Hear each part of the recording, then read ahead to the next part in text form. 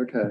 Karen, I want to thank you for joining us tonight. You're standing in for Kimberly, I believe, for Councilmember Taplin's office. Yeah, you're muted right now. I'm muted now. Yes, I'm Great. sitting in for Kimberly on request of Councilmember Taplin. You know, have you and I served together on the zoning board before? I don't believe we have. No, I was a city council aide many years ago, and I was a school board member for 12 years. Yeah, I'm aware of your school board work, much appreciated. But as I'm the chair at the present time for the zoning board, so I'd just like to invite you at any point, during the proceedings, if it doesn't, make sense relative to your school board experience, speak up.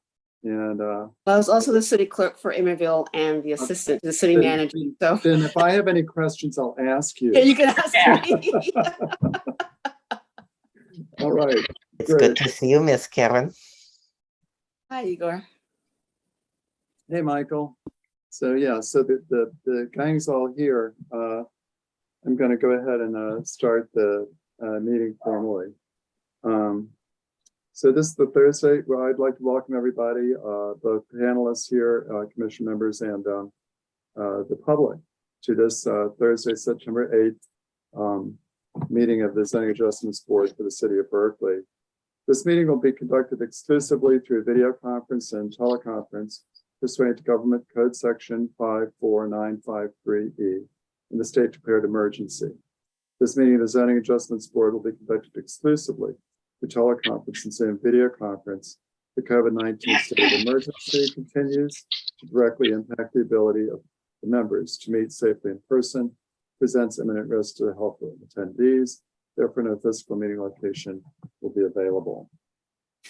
For those of you who are joining us by PC,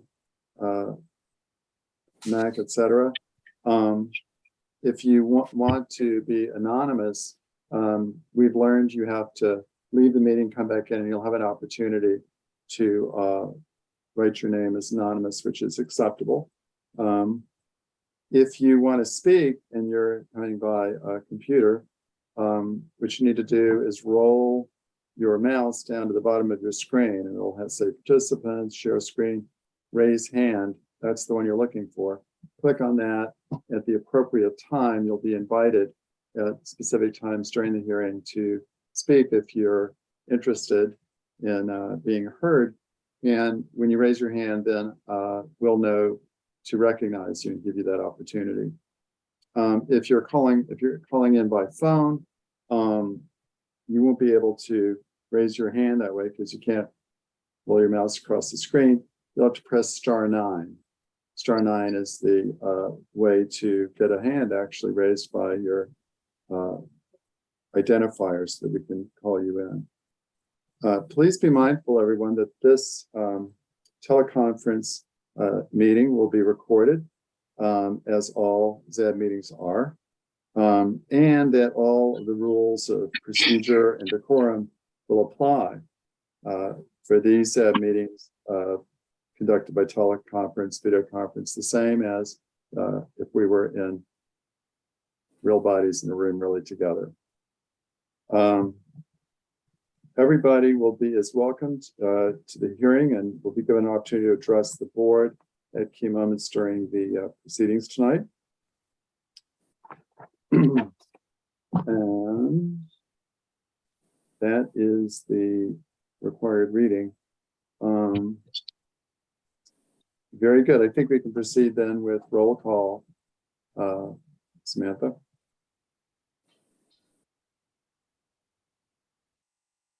Okay, thank you. When I call your name, please indicate if you are present and if you have any ex parte. Board Member Trigu. Hi, present. I have an ex parte to report on 742 Grayson. I received a call from Tim Frank, the Alameda County Building Trades. I also fielded a call from Rena Rickles on 1151 Grizzly Peak.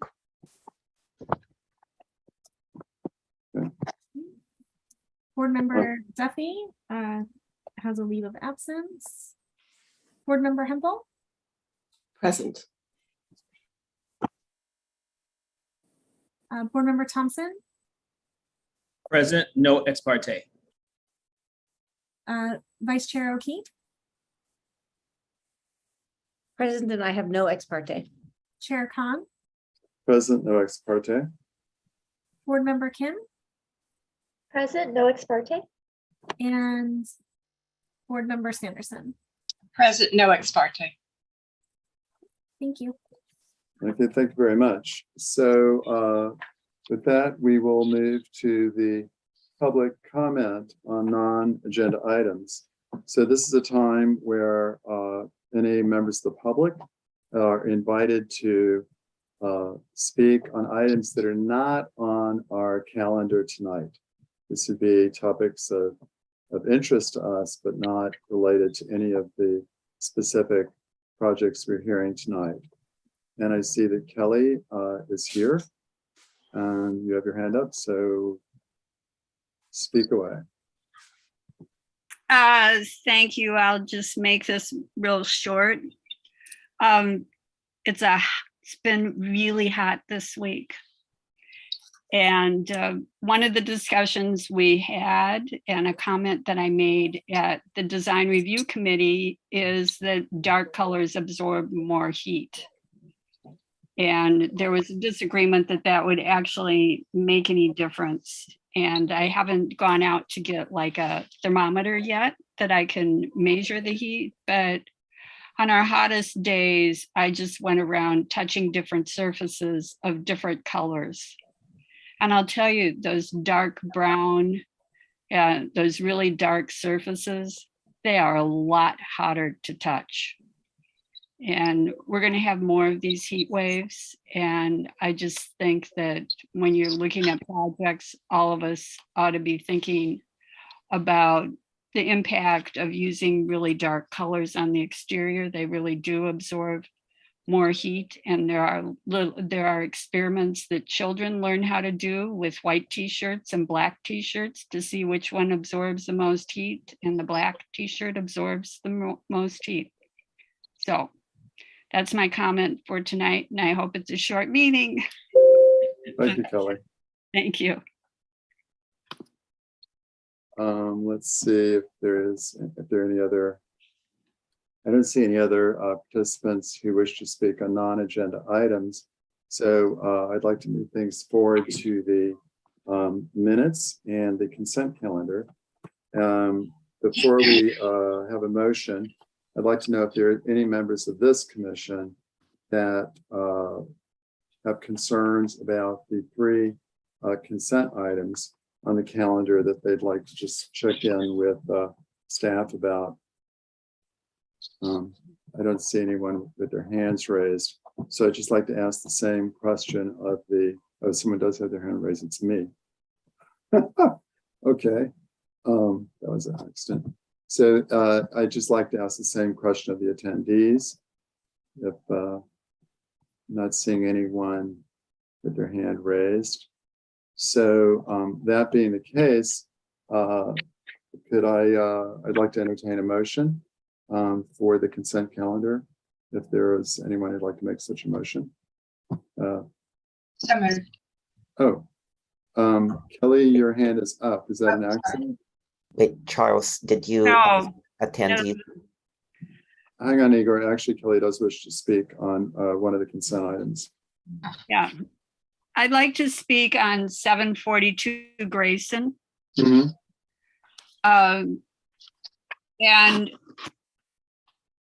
I'd just like to point out, I mean, we are in this city really trying to build housing and make housing convenient so that people are walking and biking to work rather than driving to work. And here we've got this big project on Grayson with 325 parking spaces next to it. And I realize that you're not going to change anything or force them to do anything, But if we're going to have a project like that, why are we not building housing instead of 325 parking spaces? So people could just walk to work instead of drive to work. And I would just ask that in this time with all of our climate challenges and housing challenges, that we think about housing instead of great big giant parking lots. So Much appreciated, Kelly. that's my comment. Thank you. I appreciate the comment and sympathize with those sentiments. But I'm not hearing anyone asking for this to be pulled from consent. So I'd still like to entertain a motion for the consent calendar and the minutes. Anyone? So moved. Thank you. Thank you, Debbie. And Michael, I see you nodding. Are you a second? Yes, I second that. Thank you. So Samantha, if you can take, we have a motion and a second. You can take the vote. Okay.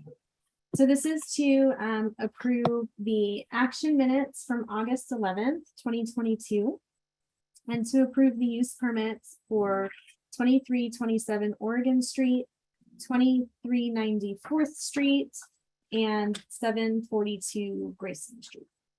Yes. Board member Trigu, Tregub, I vote aye. Duffy, absent. Hemphill, It records that I wasn't there, so.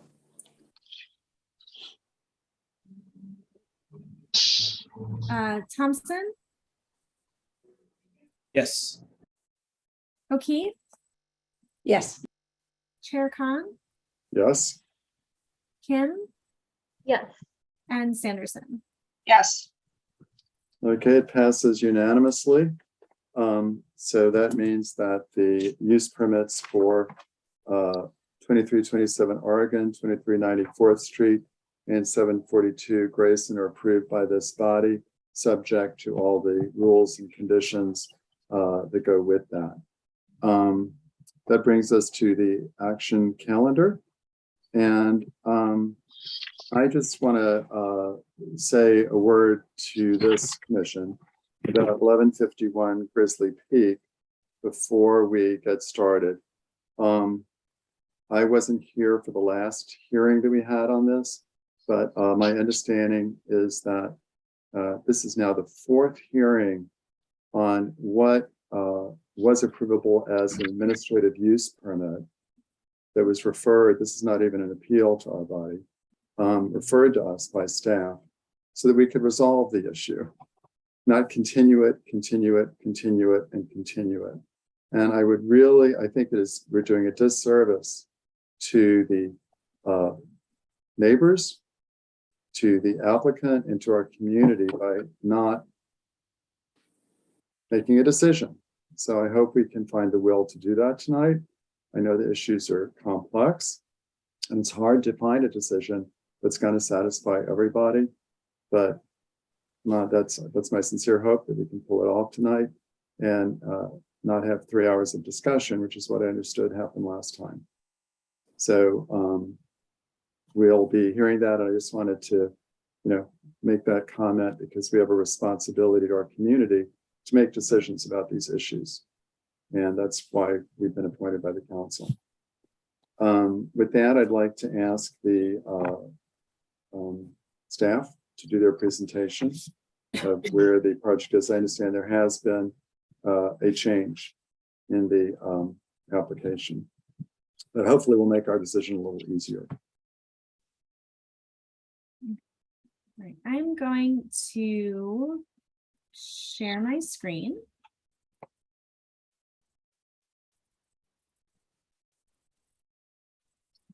Are you seeing the site plan? Yeah. Okay. Yes. Yes. It's kind of tiny. It's tiny? Oh boy. I don't know that I can make it any bigger. Okay. We have a copy, so we can read. I tried to blow it up a little bit. Well, that's good. On there as we can. Oh, it got very blurry. Okay. All right. Good evening, board members. I'm Samantha Updegrave, presenting on behalf of former staff. So the project before you tonight at 1151 Grizzly Peak Boulevard has been revised from the previous iteration that you've seen. The revised project was submitted on August 16th and was included in the packet distributed last week and available online. The scope of the administrative use permit, or AUP, has been reduced and now includes the legalization of one accessory building in the rear yard that meets all development standards. The building under your consideration was called Unit 2, which is 103 square feet in area, used as a home office and exercise space, and located in the southeast corner of the lot. The revised proposal also includes moving this building so that it's 4 feet from the rear lot line, which is the line that's shared between this site and the neighboring lot at 25 Stoddard Way. As a note, the owners have also applied for a building permit to make the other accessory building into an accessory dwelling unit or an ADU. Under state law and the city's recently adopted ADU ordinance, ADUs are allowed by right and are not subject to discretionary review.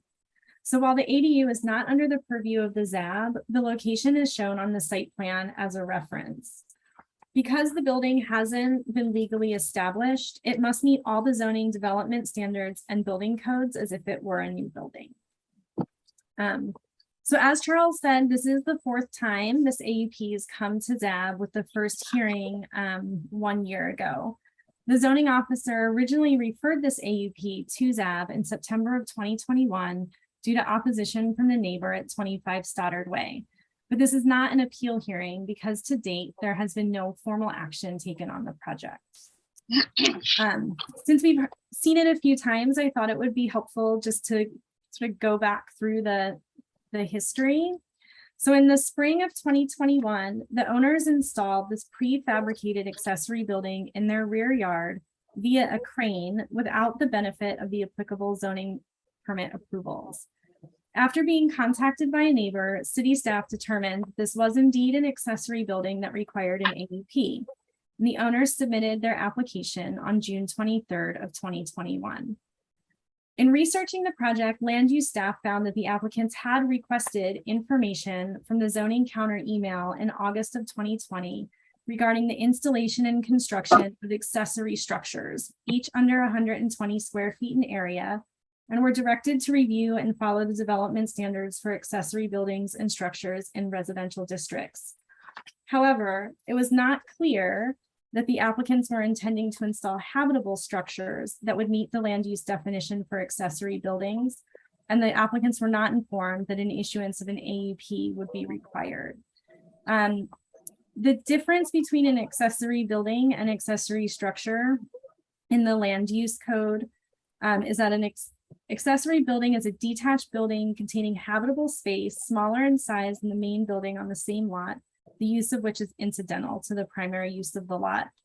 And an accessory structure is a detached structure other than an accessory building in which non-habitable uses or activities other than the principal use of the property are conducted.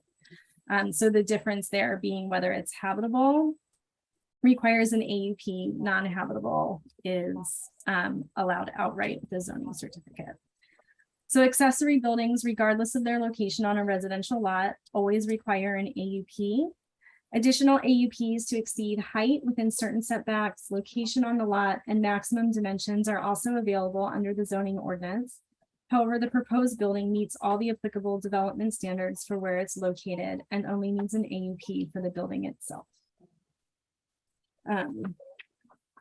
And although the building is less than 10 feet in height, and by code would be allowed 0 to 4 feet from the lot line, the revised proposal does include shifting the building from its current location, which is 2 feet 7 inches from the rear lot line, to 4 feet at the closest point.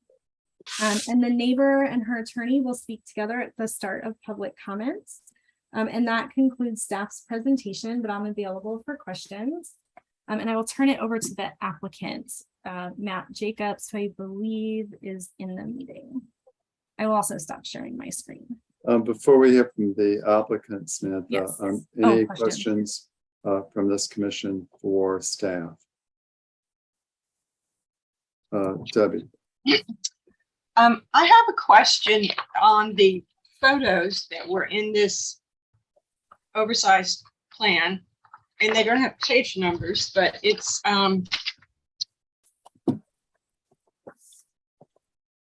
there's a sheet on existing accessory building, and then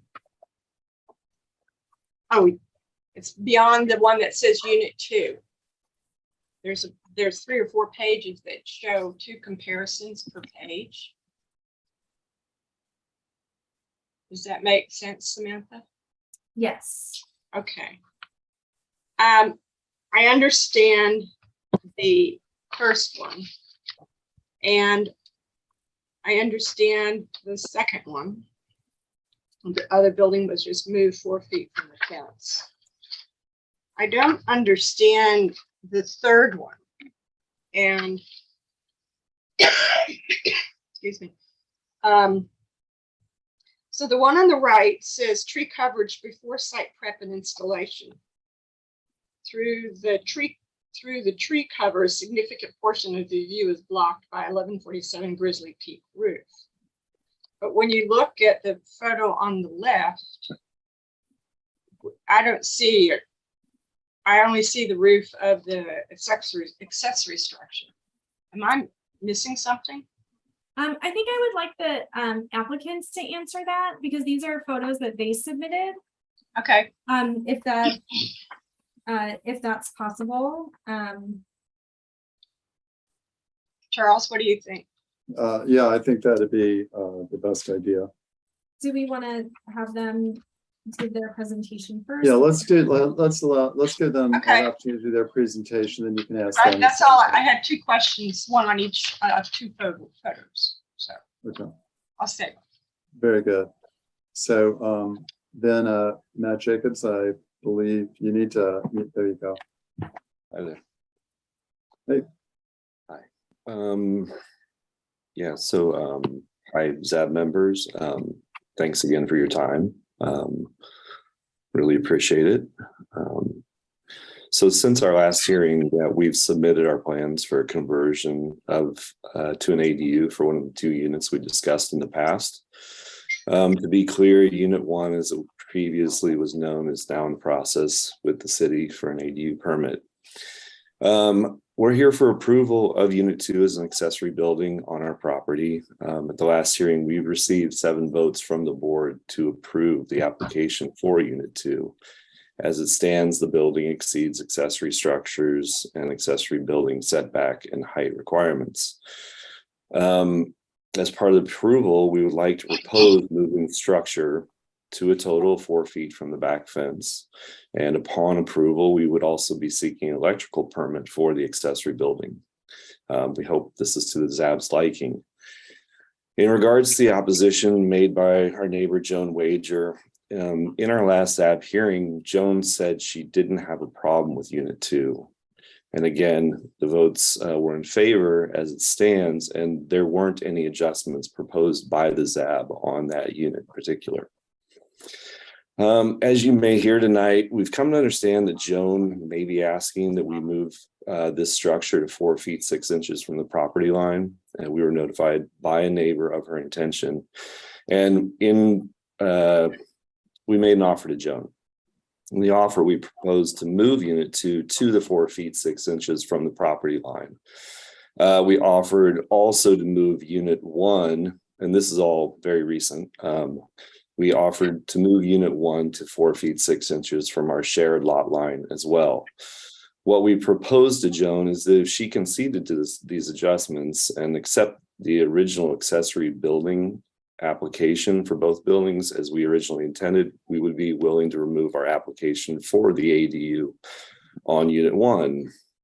As we know, ADUs are ministerial in their approval, and having one is legal on single family property in California. But we wanted to give Joan an opportunity to have an opinion on this matter because we've had communication issues in the past. And so trying to work better with our neighbor. We didn't hear back from Joan, so we don't know where she stands on this request, but we wanted to make the offer known to Zab. Since Joan hasn't accepted the offer, we discussed our options, and should it be determined this building has to be moved more than the 4 feet from the back fence line with Joan, we feel like it would be a place where we need to remove our application for the building as an accessory building and just use it as storage as an accessory structure and not for its intended use. Again, we really appreciate everything Zab's doing. And if we had to go back and do all of this again, we would do it very differently. But we hope that based on the proposed adjustments, that the ZAB will vote in favor of us using this accessory building and approve our application. Thank you. Thanks, Matt. Debbie, I think this is your chance to ask those questions. Yes. First, I want you to repeat what your offer was, because I couldn't with the if she agrees to moving unit 2 to 4 foot 6 inches from the property line, then you would keep the unit 2 and an ADU. What we proposed was, I'll just read it again, okay? Okay. It might be better. What in the offer we proposed to move unit 2 to 4 feet 6 inches from the property line. We also offered to move unit 1, the one that is under permit for an ADU, to 4 feet 6 inches from the property line. And what we said is if Joan conceded to those adjustments, that we would be willing, if she was like opposed to an ADU in any way, shape, or form or whatever, that we would be willing to remove our application for an ADU at this time. So we're just I'm sorry, I don't quite understand that sentence. Matt, let me speak to that, and Samantha, correct me if I'm wrong. You have filed an application for an ADU with the city. Correct. And we are directed tonight to disregard that application, except insofar as it affects the unit 2 that we are looking at tonight, because we are not empowered to rule on an ADU in the state of California. But what is before us tonight is unit 2. If you want to work something out with your neighbor on unit 1, be my guest and come back to us to hear that. We can't hear that tonight. It's just clouding the issue. Samantha, does that make sense to you? Yeah, makes sense to me. Yeah, it would be right. We can't approve unit 1 tonight. It's not on our agenda. Yeah. Even if your neighbor begged us to, which I don't think is going to be the case. So if you can work something out with her, that would be lovely. I appreciate that you're trying to communicate with her, that you purported that you're doing that. Wonderful. If you can reconcile this, that would be lovely. But we have to review 2 tonight on the assumption that you're moving forward with an ADU at 1. Thank you. Didn't mean to muddy the waters. That's okay. I know you're trying to figure out a way forward, and I really appreciate that very much. Any other questions, Debbie? I have my picture question. Good, go for it. Okay, so in the part of your current most recent application under unit 2, there's 4 or 5 photo sets. The first photo set makes sense to me. The second one, the difference is that the building was moved from 2 feet 9 inches to 4 feet, which means it looks a little smaller. Right. Okay. Yeah. The next 2 I don't understand. Sorry. Is there a way I could let's see. Can you show those, Samantha? Can you share screen? Yeah, that'd be super helpful. Thank you. Yeah, give me just a second to pull up the packet from the agenda. Mute now. Okay. I want to make my dinner. That's why I was asking you something. I think, Share my screen. is it the last page of the document? I'm looking at it on my computer. It's the last two photos before the Right. floor plans. I think what the gist of that it shows is that there's basically, if you were looking out of from that particular view, which Joan had presented as being a problem in the past, there's a house. It's 2 stories that sits to the south of my house.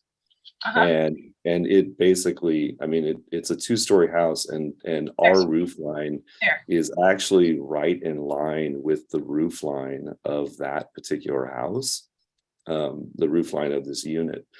So really what you would see if that unit was gone is basically, I believe it's 1157 Grizzly Peak Boulevard.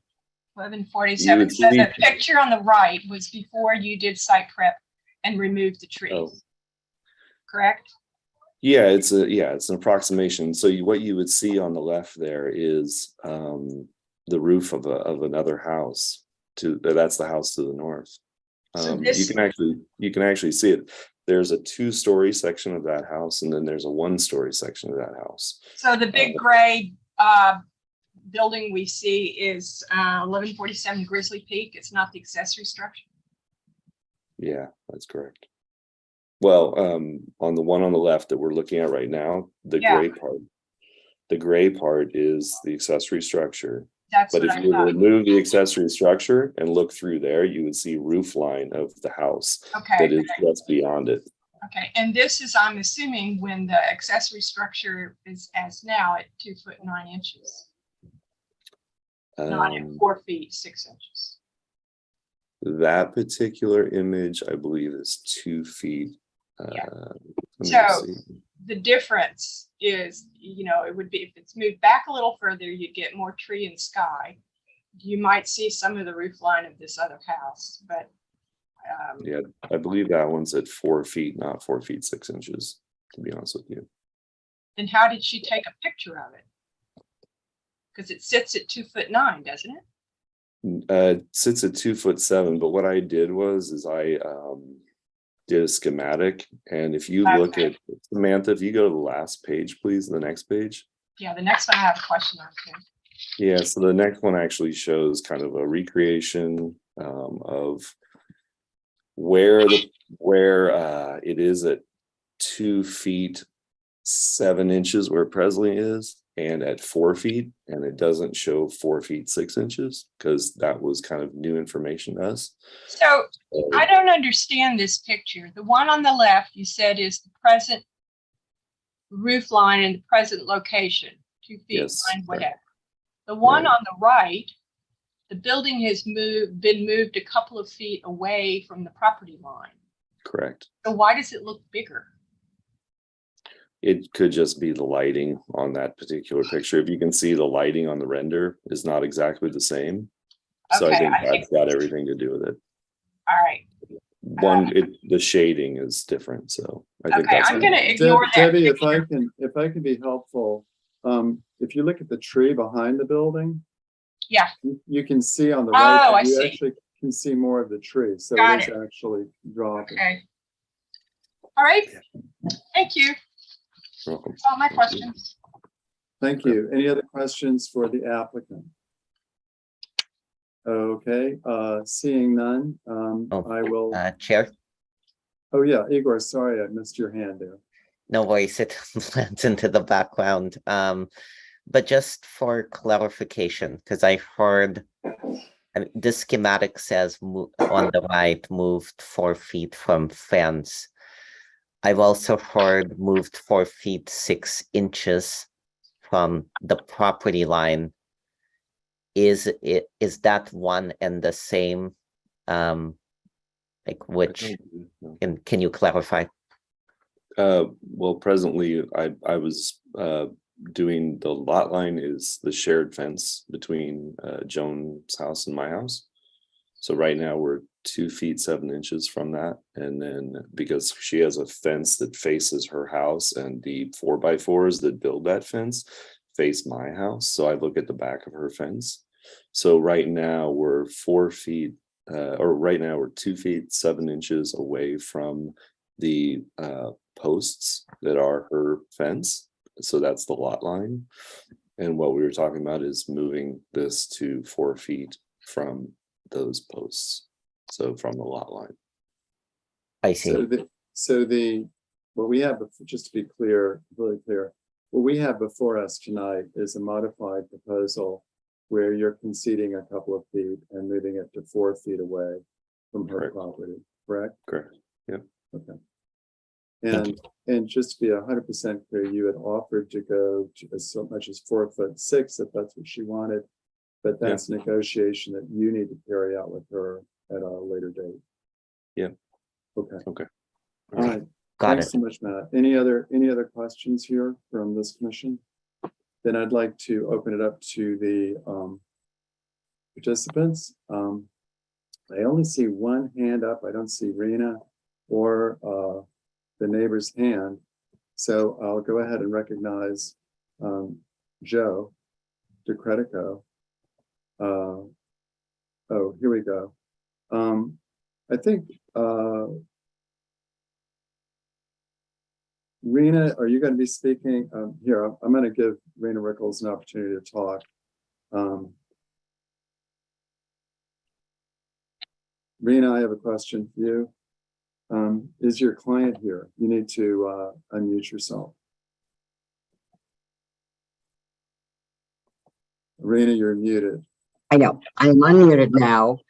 You found my hand. My client says that she's in, and if she's listening and she's not with me, that's the problem with these Zoom hearings. Joan, unmute yourself and raise your hand. And I believe Bunny is there to speak too. Are you seeing those? I'm looking. Okay.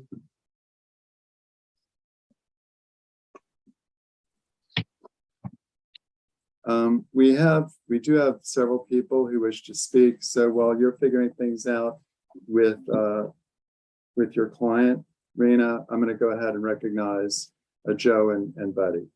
Sure. So Joe, you're recognized, and you have 3 minutes to speak. Thanks. Thanks for joining us, Joe.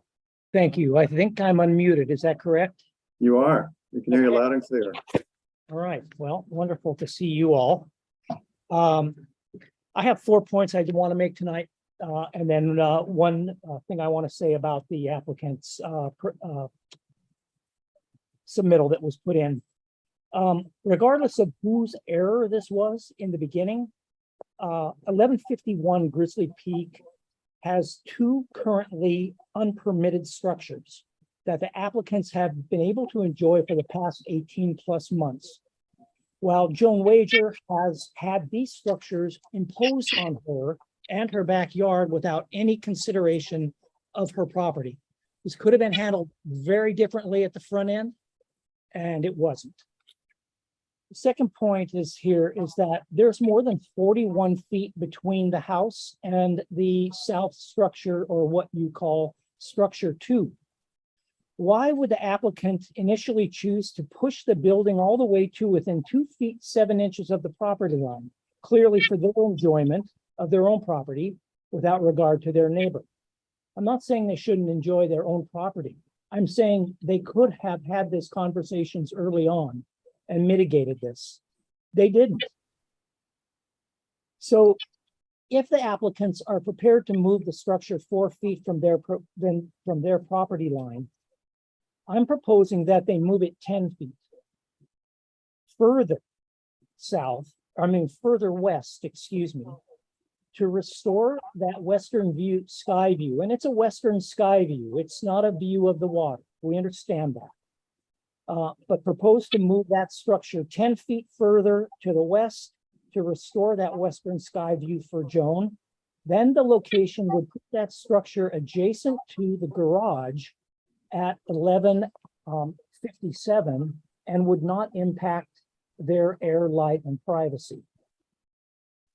So moving a unit like this is going to require a new foundation pad, relocating the infrastructure, and bringing in a crane. They want to bring in electrical, great. Moving it closer to the house means a lower cost for that.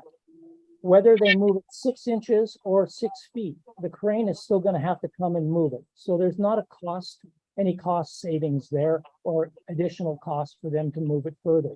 We just believe that moving it further, as you can see from his photograph, lowers that roof line and provides that sky view back for Joan again. So that's it. That's all I have to say. Thanks. Thank you for your opinion. I'm now going to recognize Benny Quint. Benny, you need to unmute yourself. Yes, There you go. Joan and I are sharing a computer, just so you know. Oh, okay. She's on mine if you want to speak to her first. Why don't you go ahead? I recognized you, and then we'll recognize Rena and John. Okay. I'm a friend of Joan Wager's, and since I've been her house guest multiple times, I am quite familiar with the before and after of the air, space, light, and views at her home before the placement of the accessory buildings. As those of you who have visited 25 Stoddard saw, that Joan's views and access to sunlight and air are limited to begin with, but the change cost is not subtle. It's pretty horrible. You notice the neighboring buildings immediately when you walk in her front door. Joan will now have so little light and view left.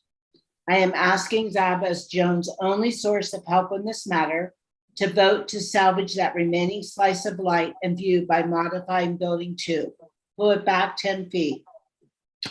That's really win-win. No other neighbor will be impacted. Joan has some light and view restored. Applicants incur only incremental expense while they keep everything they installed. I am now at Joan's house in her kitchen where the building is blocking the sunset that was there before and the color. Thank you. Thank you, Benny. Now we would like to recognize Rena and Joan, who I understand will be using Benny's access. Excuse me, did you want Joan to speak from Bonnie's computer next or me? That's, I think, what Joan wants to do, Rena. Mhm. I'll speak next. Am I on? Yeah. So I'll speak next, Charles. Thank you. So good evening. It's been over a year and a half since my neighbors, with little to no advance notice and no conversation, dropped 2 buildings along my property line on the side of my house that had primary exposure to light, a sense of space, and the western sky. I was horrified. A thread through all these meetings, despite staff recommendations to rubber stamp this project, is a recognition by most of you that the buildings as they stand do represent a detriment to my property and my quality of environment. And you all have already discussed remedies for this situation and suggested moving and altering structures.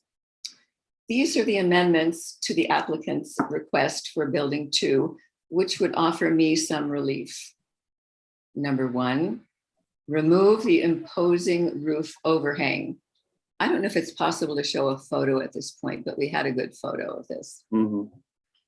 It was added separately by crane and was put on by a crew. It has major impact on my only remaining light and view. Number 2, set the building further away from my home. Applicants are now requesting that this building be moved 4 feet 6 inches from the property line. I request that they move it an additional 6 feet to prevent it from looming over my patio, side gardens, and blocking my sunset views and sense of space. There is sufficient room for this full move without compromising the other neighbor's kitchen, window, or privacy. I have informed her of my plan. I urge the commissioners to finally approve the suggestions already verbally agreed by you and resolve this matter. Thank you. Thank you. Rena, would you like to add anything? Yes, I've been representing Joan for the last year on this project. Just procedurally, I would like to have my objection to item 1 being removed, and I'll explain why. And I won't discuss it now, but we would like to have that in the record should we have to appeal. Basically, without discussion, Joan lost her view, and it's been 3 more hearings as the applicant's been asked, could you please mitigate? Can you make changes? The only offer that came back is, well, we'll paint it. This morning at 3 a.m., I got a final offer to be responded to at noon today, which was they would move both properties an additional 6 inches, and they would withdraw their application for the ADU. Joan has no objection to an AGU or having people living next to her. Her concern was the block of her air, light, and view and the location. But what this offer suggests to me is that the reason building 1 was taken off of your review was not for a reason that this applicant really had any good faith intention of following. And while there may not be a legal remedy, I would hope that this would go into your consideration of looking at what can be done for what's left for Joan. Well, we've always talked about use permits and what are they? And it's not detriment. It's detriment under the entire circumstances of the case before you.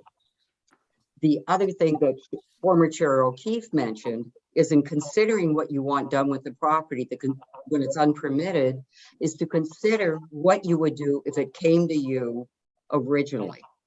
You wouldn't have approved this at 4 feet, you would have approved it further away. And we want you to take that into consideration when you make your vote. So basically, mitigation number 1 of moving building 1 would have done the most help, but that's off the table. There was not a vote that unit 2 didn't cause detriment. Joan, when she came to you, was trying to be reasonable. She said, okay, I'll give up what unit 2 does if you'll give me unit 1. Now that unit 1 is gone, we say that it is important to salvage the very little bit of light that she has left. You have the authority to do it under the use permit findings and guidance, and I ask that you do that tonight. Thank you, Rena. We do have 1 more member of the public to speak. I see your hands up, Igor. Is this a question for the neighbor? It is, yeah. Thank you. So I just wanted to make sure I captured this. You're asking for both the structure being moved back 10 feet and a removal of the overhang. I believe it's 6 feet from where it's currently shown, a total of 10 feet. Yeah, a total of 10 feet, a further 6 feet. And I'm actually just trying to understand if we were to hypothetically request that it be moved back, what impact would the overhang still have? I'm not clear on that point. I'll take this unless Joe wants to, but basically the overhang would have a lot less impact. There's no question. As the roof gets closer and closer to Joan, it obscures more and more of her light. As it's further away, it would have less impact. And I don't want to say this to start with, but if we had to choose between the two, it would be to have the distance and have her sunlight opened up. Although this overhang was an architectural feature, doesn't serve a purpose. So I hope I'm answering your question. The distance would make a difference on the overhang in terms of Thank you. Thank you very much for that answer. Rena, does that answer your question, Igor? Yes, thank you. Great. We do have 1 more hand that I see raised. This is the last person from the public who will be speaking on this topic tonight. If anyone else wishes to speak, hold your hand up now because I want to close out the public hearing after Tony speaks. Tony, you're recognized. Thanks, Mr. Chairman. And I just wanted to make 3 quick points. First, I wanted to thank the board for all the effort they've put into this on behalf of all of us in the community and the neighbors. Second, my wife Erin and I would like to simply, as immediate neighbors, register our support for Matt and Gina's application here. We believe they've worked very hard to try to come to accommodate the needs here, despite the prior comments. And third, you know, I wouldn't normally say this, but I think I have to say it because in each of these meetings, there's been pretty direct comments implying that Matt and Gina are operating in bad faith. And I just have to say that's extremely disappointing. And I would just like to personally vouch both for their neighborliness, their general good faith, and just generally being good people. So I don't want the board to be left with some impression that they're trying to pull something over on people. They've really worked very hard on this. Anyway, thank you very much. Thank you for coming in and speaking your thoughts on the matter. Tony, I know this is at least the second time you've been here, so I appreciate it. Okay, with that, we'll close out the public hearing and bring it back to the board. What I'd like to do is entertain a motion, and I'd like to discuss the motion and amend the motion if necessary. If there is anyone here that would like to make a motion, please proceed, because I do want to resolve this tonight. And Igor. I'm open to discussion on the motion, but I would like to make a motion that essentially splits the baby. It would be to further move unit 2 back an additional 6 feet.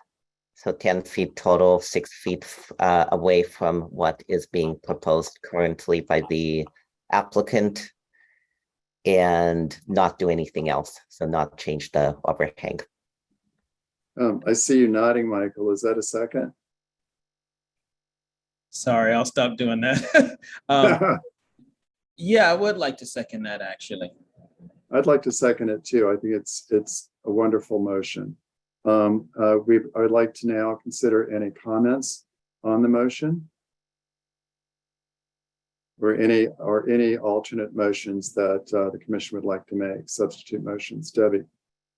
So I'm looking at the site plan and trying very hard to figure out where if you move the building a total of 10 feet from the rear property line, where does it align with the building at 1157? I was curious about that too, Debbie, and I actually drew it. Not that it's helpful for you, but what happens is that basically the unit 2, without forgetting the roof overhang, is essentially a 10-foot by 10-foot box. Okay, think of it as being 10 by 10. So the back wall of it would be shifted 6 feet forward, about 60% of the body of the existing drawing, and the front of it, forgetting the roof for a minute, but just the contained space would be roughly equal and even with 1157 Grizzly Peak with the neighbor. My concern was that if we moved it back too far, we'd start impacting that neighbor. Yeah, that's exactly why I was asking the question. And I'm not concerned about that. We've heard testimony tonight that it will not impact that neighbor's views from their kitchen, and that's consistent with my reading of how the plans are laid out. So that's why I'm supporting the motion. Okay, so just so I'm clear, the part of 1157 that is maybe the first 20 feet from the rear of that building, what windows are there? Are there any windows on that wall? I think there was a mention that there was some kitchen window on that wall, if I heard the testimony correctly. I can answer it. Yes, Rena. Yes, that's the garage. Oh, that's the Um, garage? Yeah, Okay, and so the building would stop short of the kitchen because the kitchen does have windows. And it Okay. was very important that, you know, when we move it, we not put the building in front of any window of the neighbor. It's just. appreciate it. Thank you, Rena. I'll thank close you. out the public hearing. All right. I'm done. Okay, Debbie? No, I'm done. Oh, is that you done, Debbie? Sorry, That's it? Are you? Yeah. I'm okay, done. Great. Joey, you had your hand up. Yes, I just had a question. I'm not sure if it would be answered by you, Chair, or the applicant, but I guess I just want a clarifying question. So if we move it 10 feet from the property line, are we assuming that the applicant is already amenable to that 6 feet further push? We are not assuming that. I'm acting on Shoshana's principle, which I think is the principle we should be acting on here. That is, if this had come before us, not as a built object, but as a referral for our review, where would we have placed the building? What would have been the ideal way to reconcile all the conflicting needs of the various neighbors and the applicant? And I think this would have been a compromise that I would have supported at that hypothetical time. It's that reason that I'm very comfortable with Igor's motion. Okay, I just wanted to clarify. Yes, there will be some expense involved, but we're saving them the expense of taking the roof off. That's what Igor meant by splitting the baby. And I think that's a thoughtful way to do it. I don't see any more hands up, and I don't hear any alternate proposals. So I'd like to go ahead and proceed with the vote, if we could, and we can get this settled and move on with our business. Where are you, Smith? There you are. I'm here. Okay. So the motion is to approve 1151 Grizzly Peak Boulevard, the AUP for 1151 Grizzly Peak Boulevard, with a modification requiring that the building be moved 10 feet from the rear property line. They did not be moved. Well, that it be a net 10 feet from the rear property line, an additional 6 feet. I would say an additional 6 feet from where it's currently located in the drawings. I think that's the fairest language. Okay, so the current drawing shows it at 4 feet. Right. Okay, so okay, I see what you're saying because the lot line is not parallel. That's right. Can I make a suggestion? Yes, Debbie. We have numerous drawings with this building at different locations. So it's, I would suggest we give the final dimension as measured from the property line to the front of that building. I'm a little worried about going back through plans and you're saying, well, that was 4 feet 6 and that was 2.2 feet. No, I'll do it.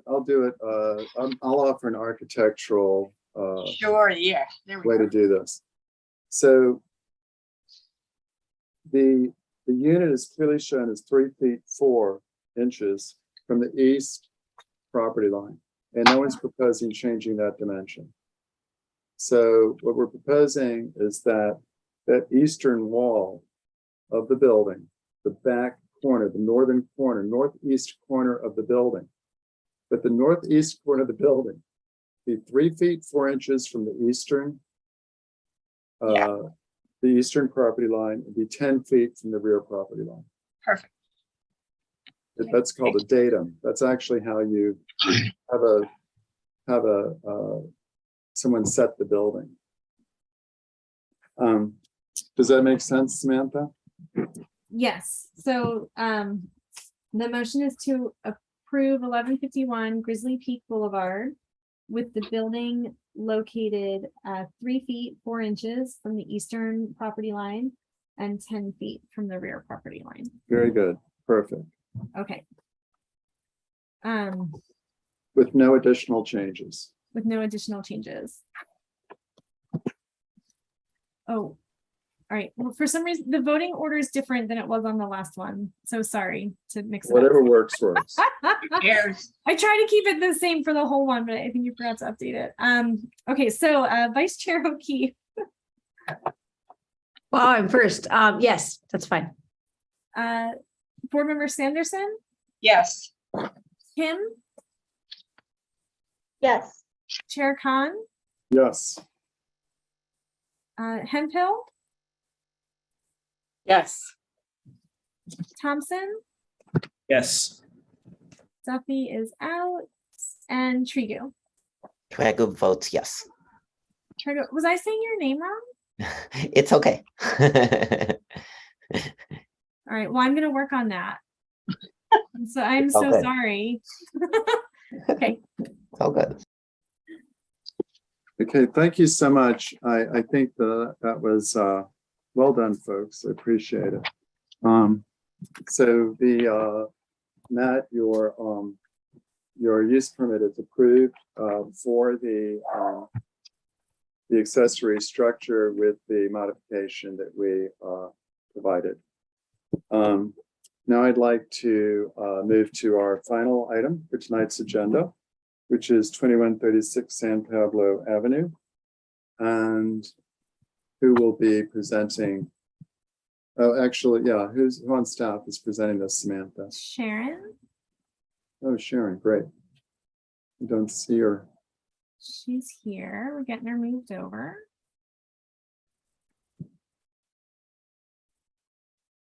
There is a delay, so she should be coming up.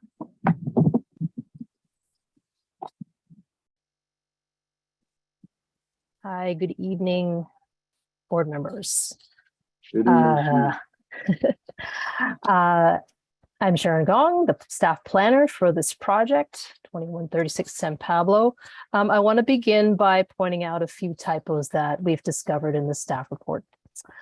On page 2 and 13, where there are references to the EIR public scoping period. The period ends Monday, September 19th, and not September 16th, which is a Friday. So there's that. The NOP, the notice of preparation that went out to the public, has the correct date on it, so that shouldn't be a problem in terms of noticing publicly.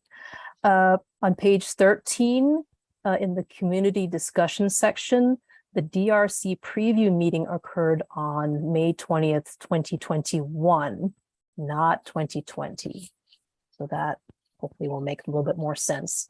On page 15, the second paragraph, where it mentions the number of public meetings that this project has had, this will be the second public meeting and not the first out of 5 possible public meetings. So with that, I'm going to share my screen. Oops, hold on 1 second. I can do this. Where's my share screen? Here it is.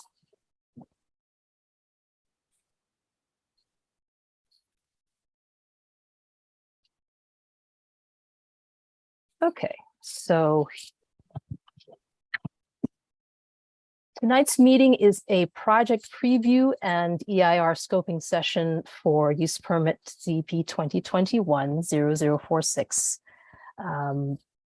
for 2136 San Pablo Avenue, the mixed-use building, mixed-use project. I'll give a brief introduction to the project, and then Urban Planning Partners will follow with an overview of the CEQA review process for the project.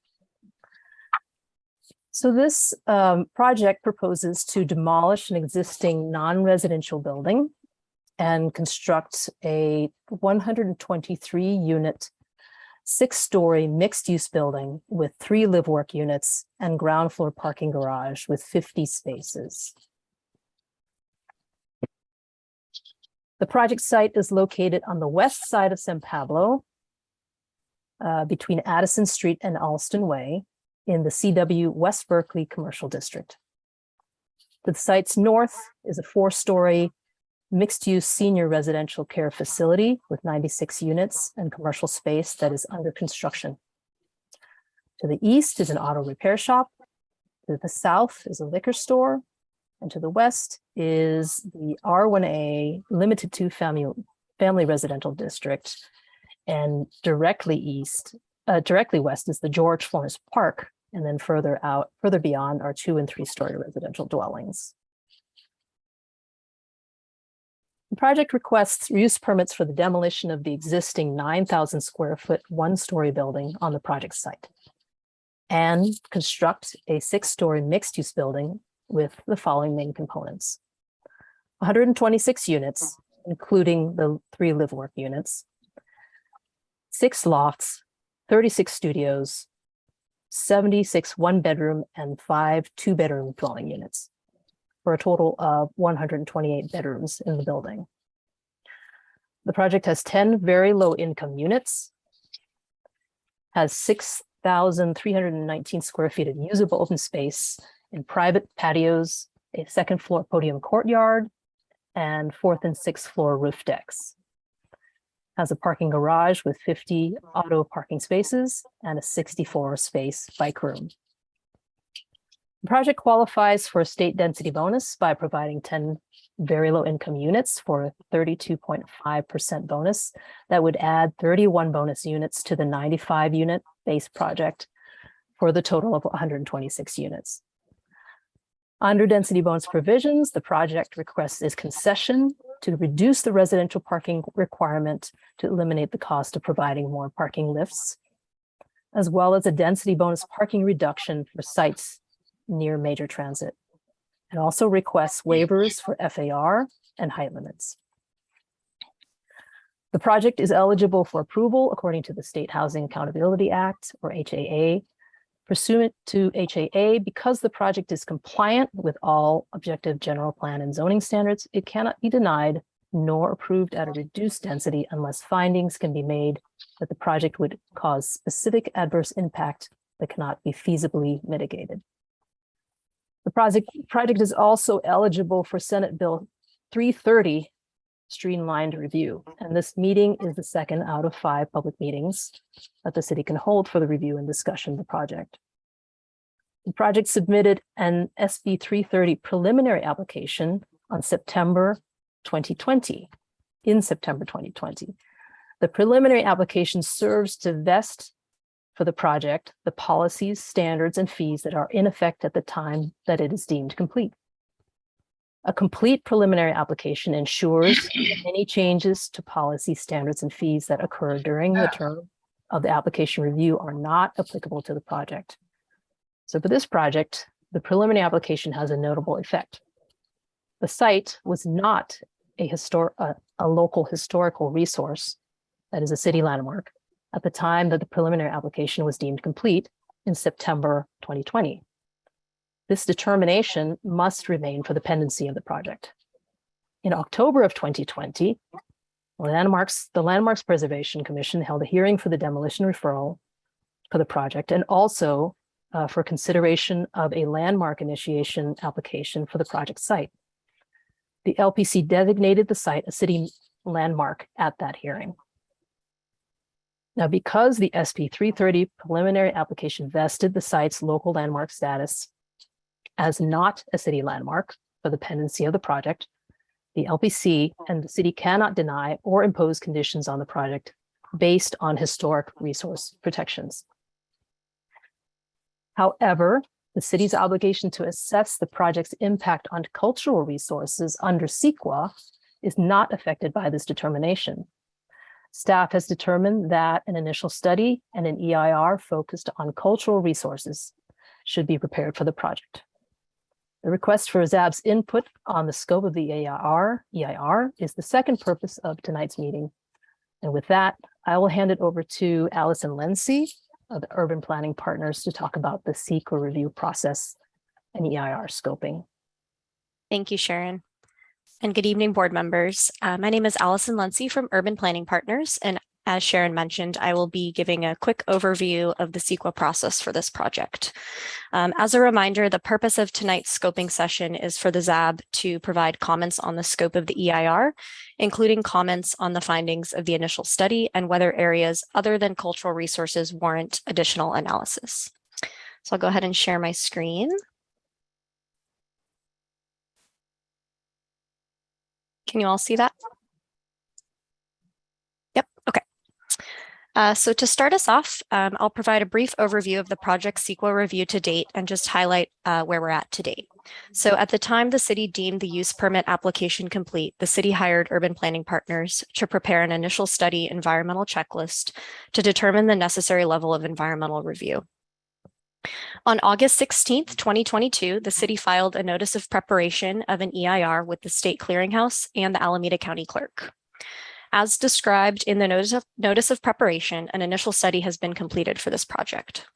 So we are now in the 30-day public review period, which ends on September 19th, 2022. And after that 30-day review period ends, we will review the comments that we received tonight, as well as any others received during the 30-day review period, and then refine our scope if needed. And then we'll go ahead and proceed with preparing the draft focused EIR. So based on the analysis and conclusions contained in the initial study, all environmental topics, aside from cultural resources, were found to have no impact, a less than significant impact, or less than significant impact with mitigation incorporated. So as you can see in this table here, we break down those environmental topics, and hydrology and water quality would potentially require mitigation to reduce impacts to a less than significant level.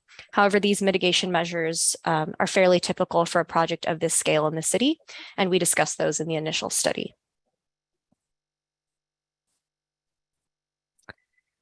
So as Sharon mentioned, it is anticipated that the proposed project may result in potentially significant environmental effects to a cultural resource, as the project would involve demolition of the subject building, which is eligible for listing on the California Register of Historic Resources and a City of Berkeley landmark.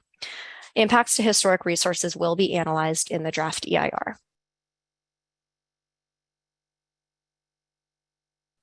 So just want to highlight a few of our next steps. I won't go into all of these again since we just talked about the overview, but as a reminder, we are in the 30-day review comment period for the EIR scope. The comment period ends on Monday, September 19th, and comments must be received on or before that date. And tonight we are here to receive comments from board members as well as members of the public regarding findings of the initial study and the scope of the EIR. And if there's any procedural questions or comments, both Sharon and I are available to answer them. But we are here to listen to your comments so that we can consider them as we move forward and prepare the draft EIR. So that concludes my presentation for tonight. Thank you all for your time, and I will now go ahead and turn it over to the applicant team. Actually, before you do, Allison, good to see you again. By the way. Good to see you too, Charles. I'd like to just ask the commission here if you have any questions for Allison at this time, or for Sharon. Joey, I see your hands up.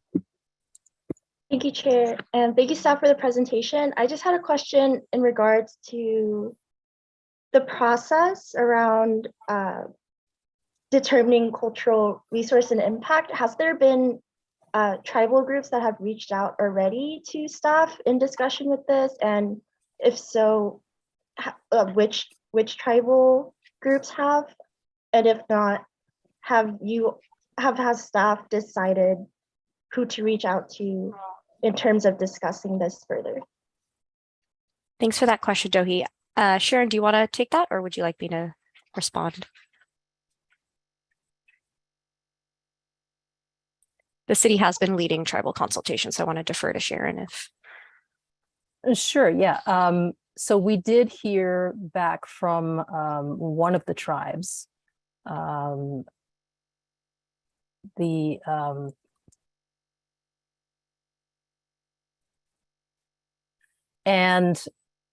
I'm trying to get the exact name of the tribe that responded.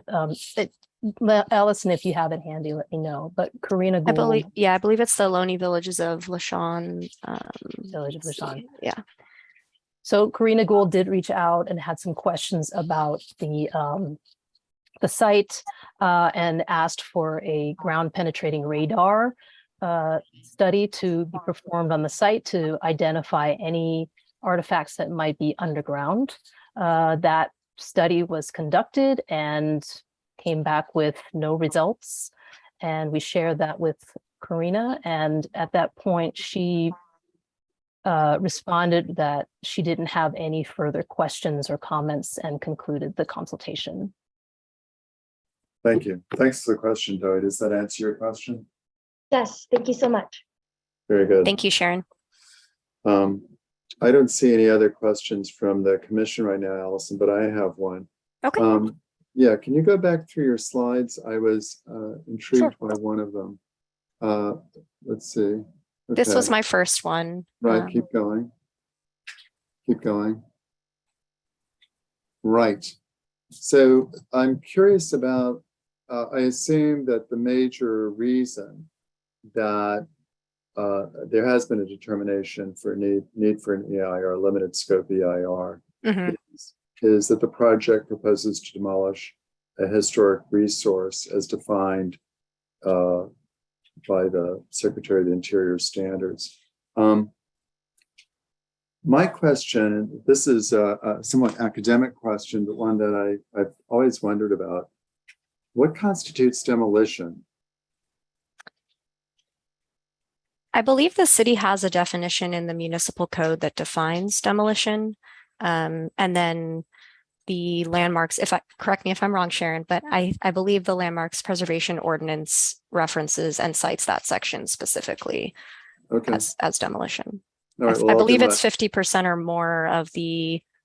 I can jump in. It's the I know that definition. there are, go ahead, Sharon, yeah. Oh, the definition in the municipal code is 50% or more of the roof and 50% or more of the walls. Okay. Right, thank you. Yeah, that's consistent with a building code definition. So we have one place where the actual Where they actually planning align. and code seem to align. That's wonderful. Okay, thanks. Just wanted clarification on that. I was curious about that. Great, thanks, Charles. Yeah. Now we would like to welcome the applicant to do their presentation. Yes, and I'll stop sharing my screen.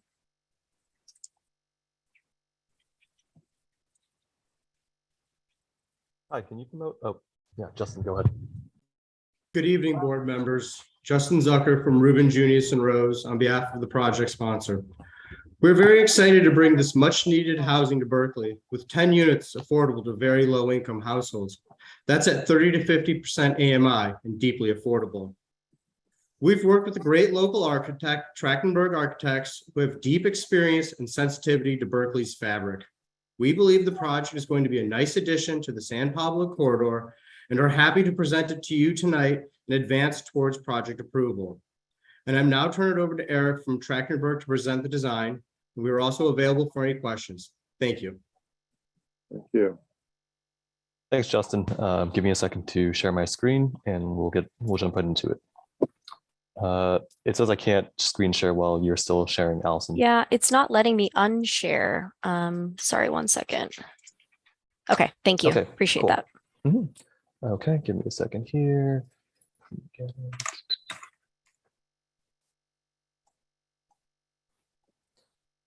All right.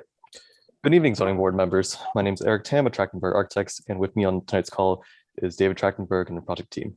I will be presenting our project at 2136 San Pablo on behalf of the project team. So a brief overview of our project. It's situated on San Pablo in between two mid-rise projects, 2100 San Pablo, which has been completed recently, and 2198 San Pablo, which has been approved for its use permit. 2198 San Pablo also has the same project team as this project. The site is owned by All Rise and the project was designed by Trachtenberg Architects. Some basic information about this project: it will include 123 dwelling units and 3 live work units, totaling 126 units on site. Includes 10 very low income units and will contribute to the Berkeley's affordable Housing Trust Fund. It utilizes a 32.5% density bonus rather than the maximum 35% that was allowed at the time of submission.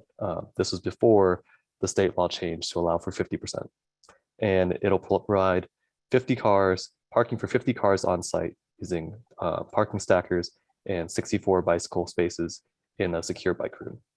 The project also provides 6,319 square feet of outdoor open space where only 5,040 square feet is required and will total 6 stories and be 69 foot 6 inches tall, where 70 foot is allowed via the state density bonus. So once again, our site is located along San Pablo. Here's an aerial view of it prior to the completion of 2100 San Pablo, and a view of our project site as it currently exists. Here are several shots of the context from street looking south and north along San Pablo. Oh, no. Oh, yes, north along San Pablo. And here's Cowper looking west. And our project is in line with new patterns of development along San Pablo, which also brings with it new shadows, as shown in light gray here in these studies. We've taken great care to mitigate the shadows with careful massing, which will be more apparent in our sections to follow in the next slide. Here, you can see we gradually step our building back from the western property line to mitigate shadows and carve out space in the center for a courtyard that'll soften the massing along the park. And we'll walk through it step by step in plan. Here is the site plan showing our site relative to the adjacent project at 2198 San Paulo and the park. And in the large ground floor plan, where you can see the 3 live work units fronting the street and a large double high lobby that'll connect the street to a rear community area for residents, greatly enlivening the streetscape. The rear units are set back 13 foot 4 inches, and this project also features a mezzanine level where a gym and storage will be located. Moving up, we have level 2, which will have the large podium courtyard and really opens up the building massing. Starting at level 4, the massing begins to open up even further as the corner units along the western side are replaced with roof decks. And then at level 5, the row of units closest to the park are eliminated, increasing the total setback to 45 foot 2 inches. And at level 6, another gang of units is eliminated to increase the total setback to 63 foot 8 inches. So this project features significant amounts of open space and landscaping at every level to soften the building and provide ample outdoor space for the residents. Between all the patios and roof decks, the project provides 6,319 square feet of open space, which exceeds what's required by zoning. Here we have a sheet showing how our project will be carefully detailed to provide depth and shadow play. This will be of interest to our members who are on DRC. And our project features a rich palette of colors and high quality materials such as standing seam metal siding and integral color stucco. Here are elevations of our proposed building, further showing the step backs and our building in the context of the streetscape. Here's further images of our building set in the streetscape, photo montaged into existing photos. We also show images of 2198 and 2100 San Pablo.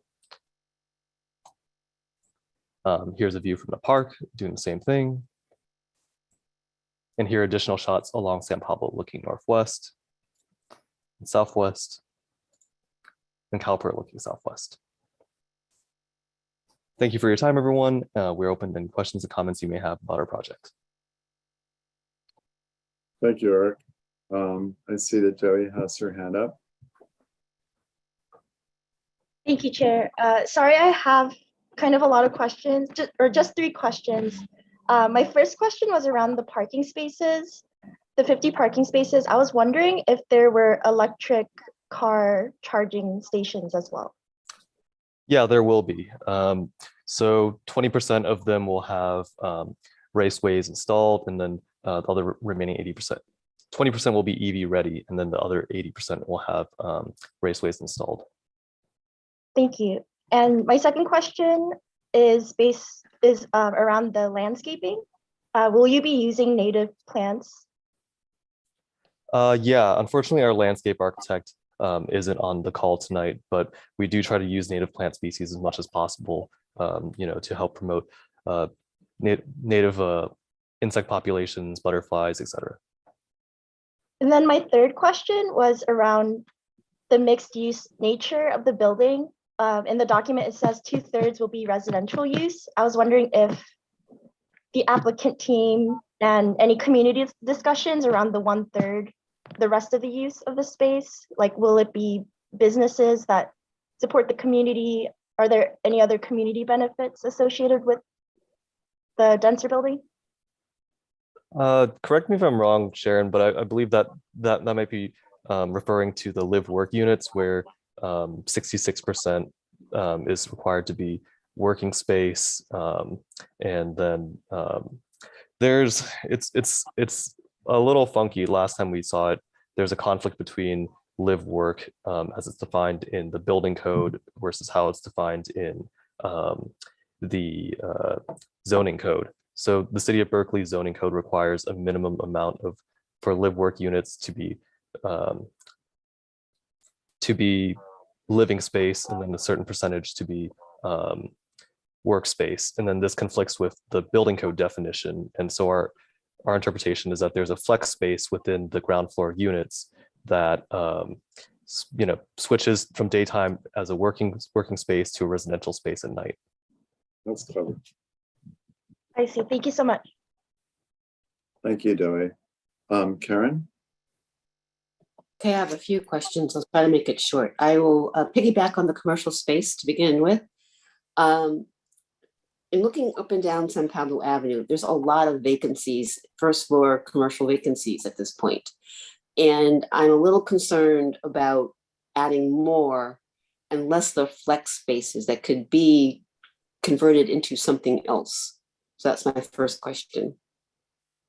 So this is something that our clients, and we understand, given the changing nature of retail in the city and at large. So these are intended to be live work units, which will provide housing and be, spaces ideally for people who have in-home businesses or makers.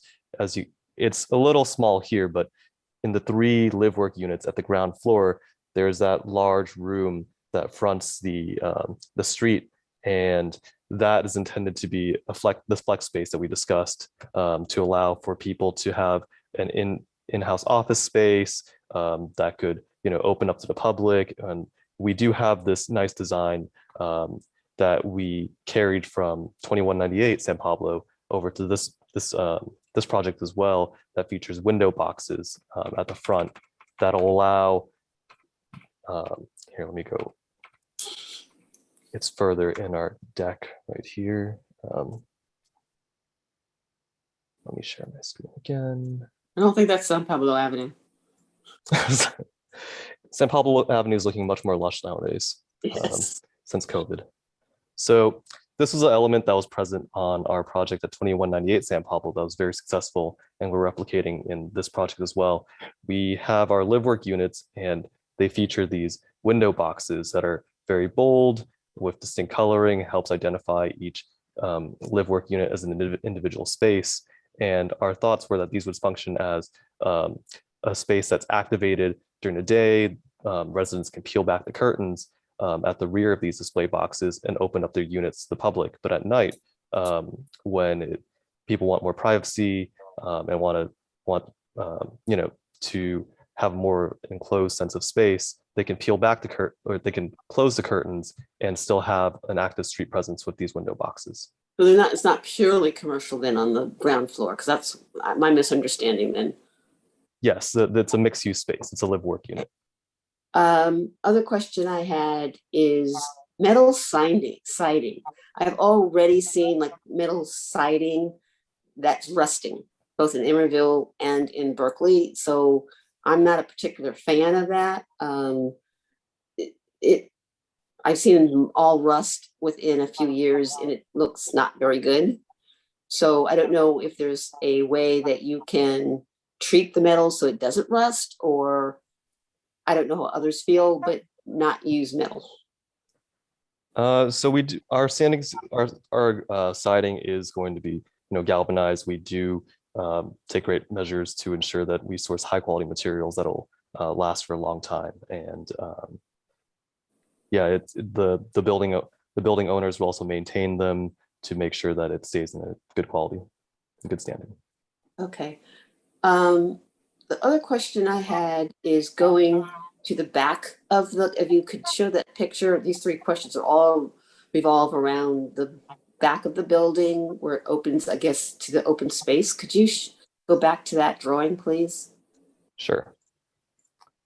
Back where it opens to the open space. Do you remember which slide? Was it the photo match or? It was green. It was like a big square of green. Okay, this one? Or? Yeah, I think that works. So one question I had is the permeability. I mean, how do those units access that green space? And is there any permeability where members of the public could get through the open space into the yard, into where the you're talking about the are? community. You're talking about the community space back here. Yes. On the ground floor. Is it open to the public? I guess is number one. No, so the rear patio is for the building residents only, unfortunately. But we do provide, front street facing activity with the live work units and a lobby that'll be vibrant with activity. So that green lawn, you're saying it's enclosed, so it's only for use for the unit residents. Correct. Okay, that helps. Then it seems that there's two private houses. There's wait, oh, sorry. The image that you saw, the big green space was from the park. That was the park. So right here, that what you're seeing, what I was referring to that's private is this community space in the corner, this L-shaped wedge. The park is beyond to the left and isn't really shown in this drawing. Okay, can you show us the photo? Go back to that photo. So this is a photo match from the park. Yeah. Okay, so public playground. space. This is public space. This is George Florence Park. Okay, so there is no permeability between the park and where the units are. No, so there isn't direct access. There's a fairly significant grade change between the finished floor and the park. Because that's a safety issue to me. Yeah, so we'll be maintaining a fence and there won't be direct access between the park and those rear facing units. Okay, the last question I had, it seemed that there were two. One, that there were two private houses nearby. Two private. Could you elaborate a little further? I have to see one of the overviews. Let me see let me go back to the. Are you talking about the like there's right a little here. gray square, yes. Yes. So that gray square that's right adjacent to the site, what is that? So these are the outlines of existing buildings fronting 10th Street and Alston. And so what is that one that's right adjacent? What's the building right adjacent? Yeah, that one. This one. Let's see if we can, off the top of my head. So that is, I can't tell if that's a garage or that's a building. There aren't any windows that are impacted by our shadows there. Okay. Based on our diagrams. I wanted to get a better understanding of the ability to have any eastern sun. Unfortunately, it's a little hard to tell from our aerial views, but when we conducted our shadow studies, we didn't find that our new proposed building would have any impacts on this building in particular that's immediately adjacent. And that's a commercial or residential building? This is residential right there. So that's what I thought. The two buildings with solar panels are multifamily, I believe, duplexes. Yeah, that's what I thought. So the height of the building, just how deeply does that affect their ability to get eastern sun? So we can look at our shadow studies again. And So on December 21st in the morning, you'll see that we have very minimal impact on this building 2 hours after sunrise, and then over the course of the day, the shadows move. As the sun moves west, the shadows move east. And then in the morning in June, we will have a larger impact, but over the course of the day, it significantly lessens, and the same condition occurs where the shadows move towards San Pablo instead. Okay. Okay. I'm done. Thanks, Karen. And thank you, Eric. We're going to go to Samantha, do we go to public hearing now? I believe so. Yes. Yeah, with these EIR referrals, it's a little different than a standard application. So I'm going to open it up to attendees. I see that Kelly would like to speak, and Adam. I'd like to get a sense of everybody who wishes to speak from the public before recognizing anybody. Oh, very good, thank you. There is someone identified now as a Cowper Street resident who wishes to talk. Is there anyone else who would like to speak? You should raise your hand now if you would like to. Okay, great. We have 3 people identified who'd like to speak. So you'll get your full 3 minutes. And Kelly, you're at the top of the list. Okay, thank you.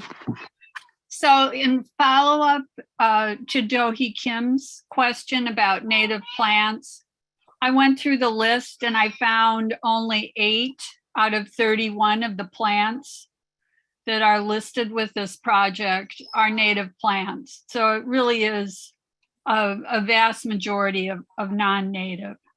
So I would hope that this project would really work much harder to have native plantings. And you're right next to that cute little park that does have a native plant garden in it. And so using native plants for this project would be an extension of that park, and I think it would contribute a lot. So I would really ask for that. The other thing is that, you know, we always worry about birds, and since we are next to a park here, I would ask, are you using bird safe glass to decrease bird deaths? The other thing in follow-up to a comment by Do-hee Kim, and you said you were doing 20% EV ready. California is already signed into law. Am I just imagining things? By 2035, we're only going to allow selling of EV vehicles. That's only 13 years away. And this building's going to be with us for a long time, I would expect.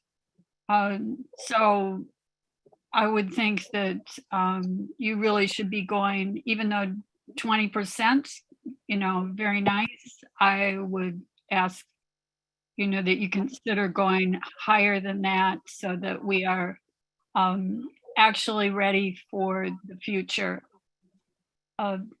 So those are my comments: bird safe glass, native plants, more EV vehicle ready spaces. Thank you, Kelly. And yeah, and then I ask you, since we are experiencing heat waves and heat dome, and this is only going to get worse, that you reconsider your colors. I just, you know, I kind of wish that everything didn't have to be dark gray, that maybe we could have some happier colors in our buildings for the future and put this gray past behind us. Thank you. Thank you very much, Kelly. Adam? Hi, my name is Adam White. I'm actually the property owner of the property that's being that buffers up against this proposed project at 2125 10th Street. My wife and I actually do reside in that back area. So, it's not just a garage. My question is about the actual project that was approved for 2198 San Pablo. And is there a way to actually, we've been waiting 4 years for that to actually, it got approved about 4 years ago and it has just sat there. And so my question is there any way to consider that should be actually, started and see how it impacts on the neighborhood? We've been waiting around for 4 years. I knew it was going to happen and I was okay with it. And the design, the plan, you guys did a really good job. You got rid of a lot of parking spots, which actually now maybe you should probably put them back in because we're all going to be electric soon, right? Anyway, so that's my consideration is what happened to that project that we've been waiting around for 4 years to start up? Can't that be started and see how it impacts before starting on a whole nother thing? And also, if this other project's going along here, is there suddenly going to be an attempt to try to do both projects at the same time, which would be, an incredible, disruption on that. I'm going to cede the rest of my time to my wife, who is co-owner with me as well. Yeah, hi, this is Maureen Clearfield. We've been residents here for about 4 years, but we lived a half a block down for about 18 or 19 years. So we are community members. We're part of a neighborhood gathering and safety committee. We do have a barometer about how the neighbors feel. We were very excited about George Florence Playground being renovated. It's been fantastically successful with all young families coming in and people really utilizing full space. At this point, I feel that we've been fighting the overflow traffic, and Terry Toplin has been fantastic about helping, trying to get speed bumps or something to help with the overflow traffic from San Pablo that already exists. And then we have parking issues because we have no permits and people are coming from other areas of Berkeley or wherever and also working, and the schools that exist. So there's safety factors and there's also already congested areas. So we cannot absorb a couple hundred more people in an already congested area.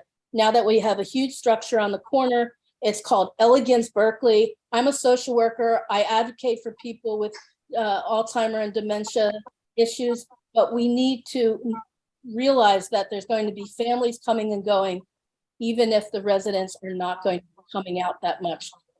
And then you have the corner, going to be like 90 units.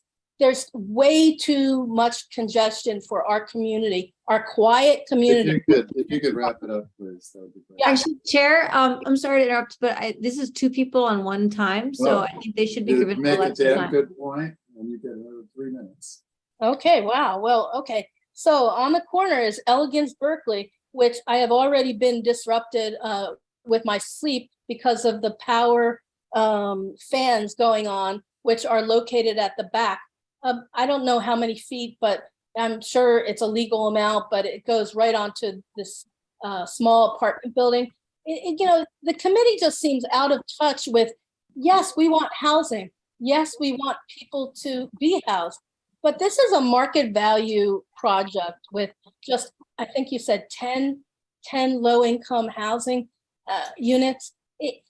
6 floors is astronomical. We had to fight for all the projects to be lower, and we got the parking spaces lessened for the corner project, but we're fighting every inch of the way. And I'll be quite frank with you, most of our neighbors are burnt out already. They're tired of fighting because no one talks about the community that's butt up against this project. I mean, you're saturating a whole block. So I'm not quite sure. There's only one person. There's only one person that just spoke that was even concerned about the family houses that are next to us. So yes, I'm very passionate about this because we've also been fighting about the traffic.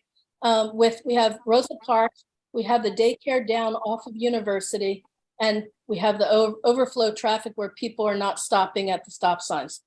Then we fought with the landmark building trying to fight that and to keep the structures low. Why would it have to be 6 floors up?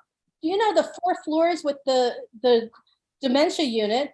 That is huge, and it overpowers the area of the smaller buildings. If we don't have to have all these apartment buildings located along the San Pablo corridor just because people think that it will attract new residents that are closer to getting into the city.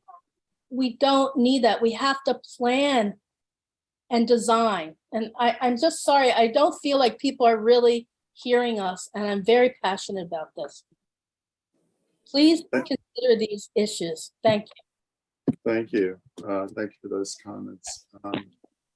Then there's someone identified as a Cowper Street resident, and you're recognized. Hi, thank you. For some of the items, I definitely would just reiterate what people have already said. On one, I don't know whether any of the comments we've submitted previously have been heard by anyone. They haven't been acknowledged. One thing I will say that happened is the addition of those planters on the bottom floor, assuming that the mix of plants can be addressed. That's great. That's one of the things we wanted to talk about.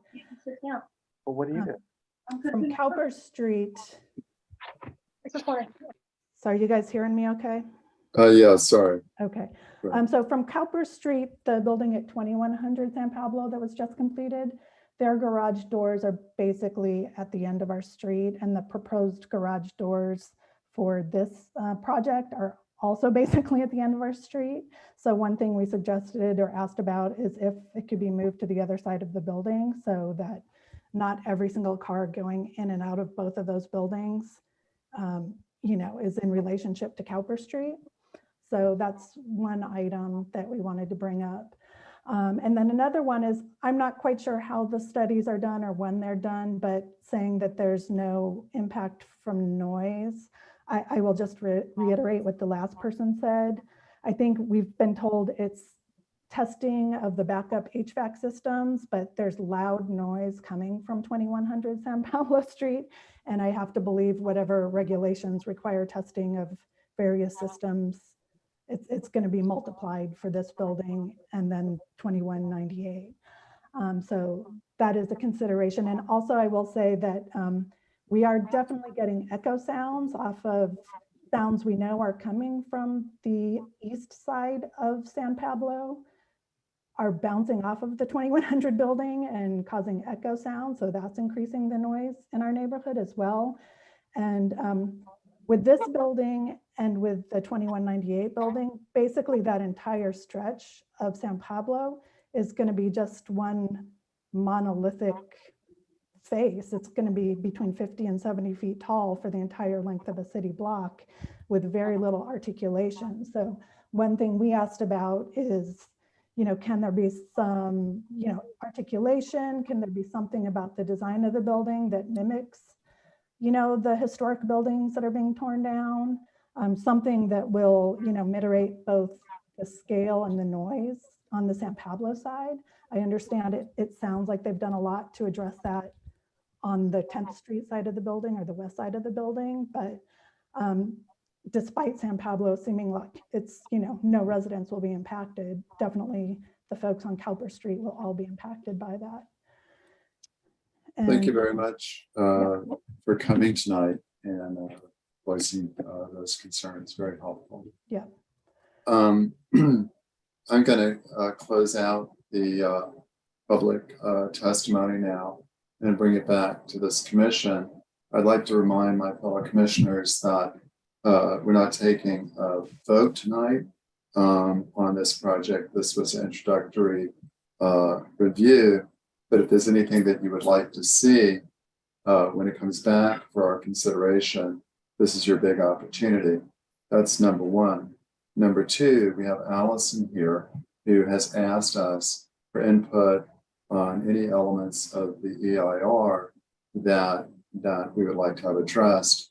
The EIR scope as defined by the planning department is limited to the cultural resource, which in this case is the building, that the one-story building that currently exists, which my understanding is, while it has been landmarked, its landmark status because of SB 330, State Senate Bill 330, that does not protect it from demolition, but it still must be reviewed under CEQA if it is being proposed for demolition as a cultural resource. And so that's where we should focus any comments, I believe, that we would have, for Allison.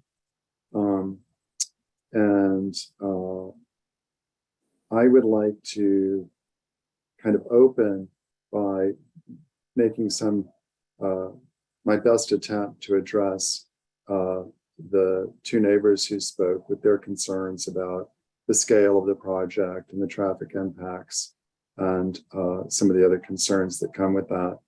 I want to say we're not heartless people here. We're all citizens here in Berkeley, like you, who are trying to do our part to help out. We're not paid to come, and sit on these hearings, but we're trying to help make our city a better city by listening and making adjustments to plans when we can. Where we're at right now is that the state has severely limited our capacity to make substantive adjustments. So it isn't because we're heartless and uncaring that we're allowing this to be a 6-story building. We cannot, by state law, by statute, reduce it below what the city allows based on its zoning code that was passed years ago by the Planning Commission, duly appointed by our elected council. So that's where we're at. I do want to give you some consolation that a lot of architects would just build a box here, and there wouldn't be a lot we could do about that. This architect is stepping the building down, so it's not 6 stories when it's next to your property. 4 is plenty, and I can appreciate that that's upsetting too, next to a single-story building. That's a hard thing to take. And we have a problem in our zoning code, I believe, that we have, R2 family zoning, which is small 1- and 2-story buildings next to properties that are in commercial corridors. But in fact, that's the only place that we're permitted to build housing is on these corridors like San Pablo, University, Shattuck. And it's really not enough land to accommodate the demands that we have for our citizenry and for the citizens of the state. So I want to say that we don't have the power to stop this. We can influence it and try to where we can. But the stepping is exactly the kind of thing that I would be asking for if it hadn't already been done. So I want you guys to recognize that it isn't through maliciousness or callousness that we aren't changing the massing of the building or ask for it to be changed. We're not empowered to do that. With that, I'd like to open. I see a lot of hands up, so I'm going to just start with you, Karen. You're on my far left here, and go for it. Yeah, something I'd forgotten to before was I understand that this has cultural implications, but it's not a historic landmark. But it's very sad to me that we are losing so much of San Pablo Avenue's kind of historic nature. I think of back east, I used to go from Washington to Richmond with my parents, the old Route 1. And it's very much like I'm sure San Pablo was when it was the main highway. And I don't miss the gas station so much, but some of like the smaller buildings, the differentiation of the buildings. Is there any way that with the frontage on San Pablo Avenue, we can recapture, some of those, the older architecture of San Pablo Avenue?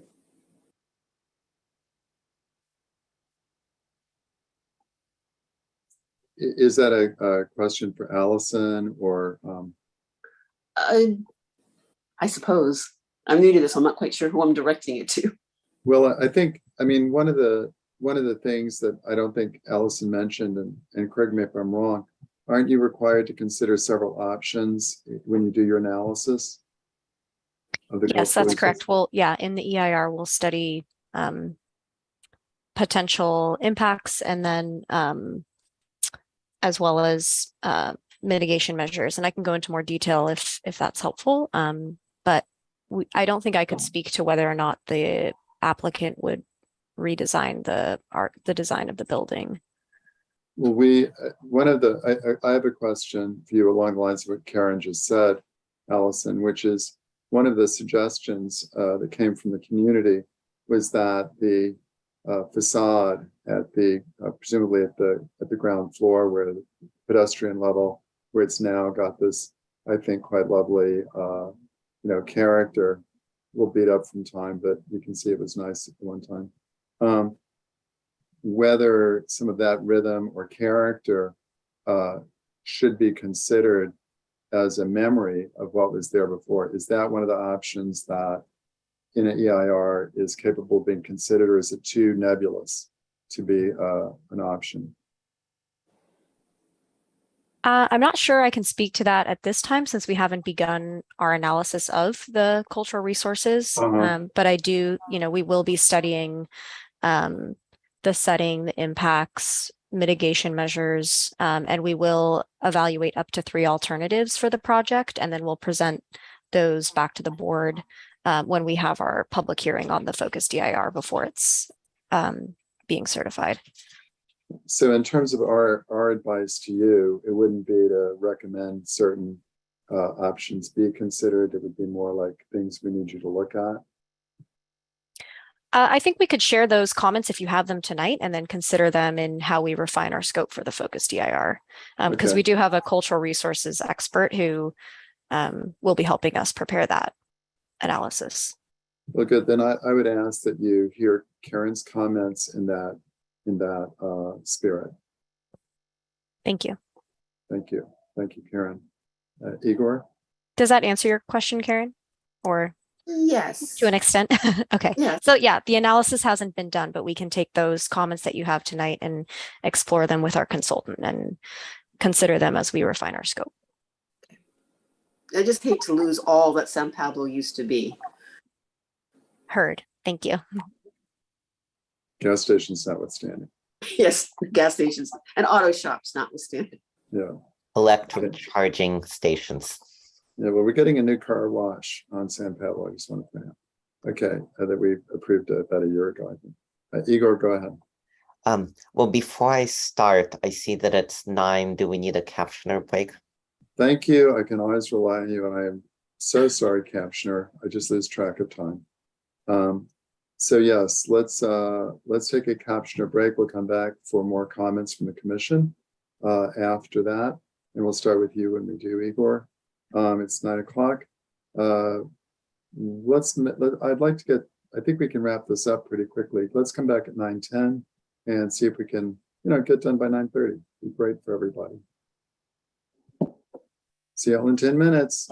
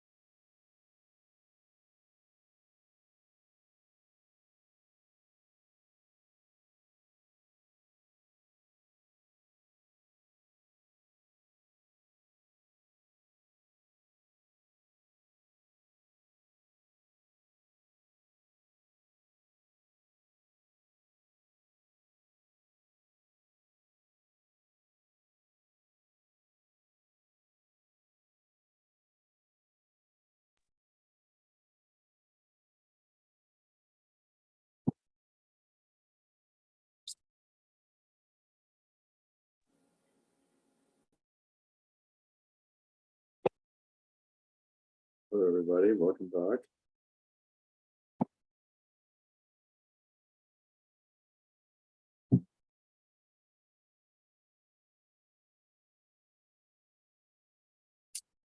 Is Allison here? I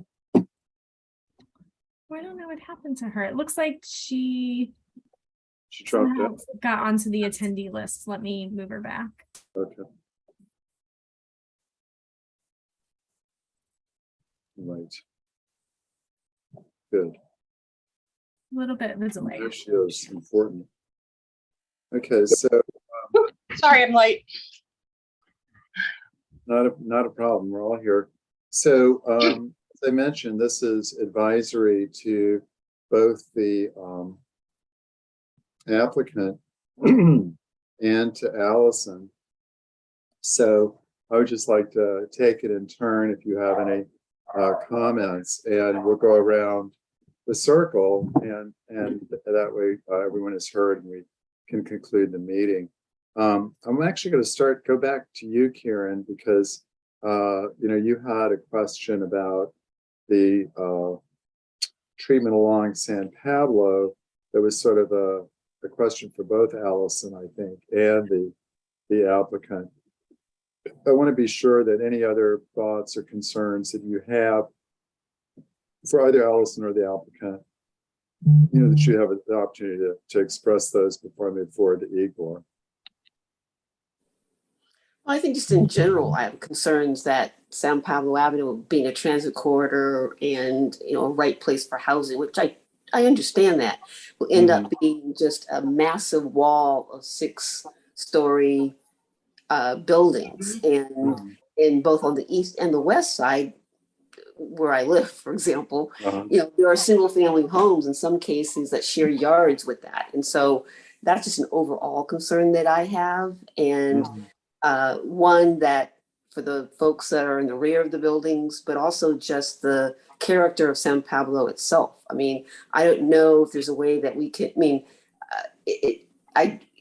there's not a lot of pedestrians on San Pablo now.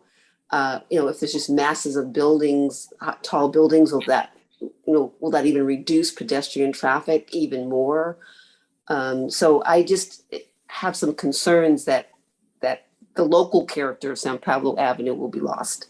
Well, thank you for that. I'm not sure that's a lot that this particular applicant or that the EIR consultant can do about that, but I appreciate you voicing the concern. And I share the concern that our corridors are directly next to these low density neighborhoods. I think we need more of a stepped approach to our housing, but that's a matter not for us, but for the Planning Commission and the council. And so I think that's an issue, that we could go to them. But I also think that Pablo Avenue itself is also a local resource. It's, and so to the extent, an historical local resource. And so, we have churches on San Pablo. We still have some mom and pop stores on San Pablo. And I hope that as we look at development of San Pablo, at one point there was supposed to be a San Pablo corridor study, right. That we don't end up with nothing but large buildings making a wall down the street. Thank you. Igor? I think you were next. Thank you.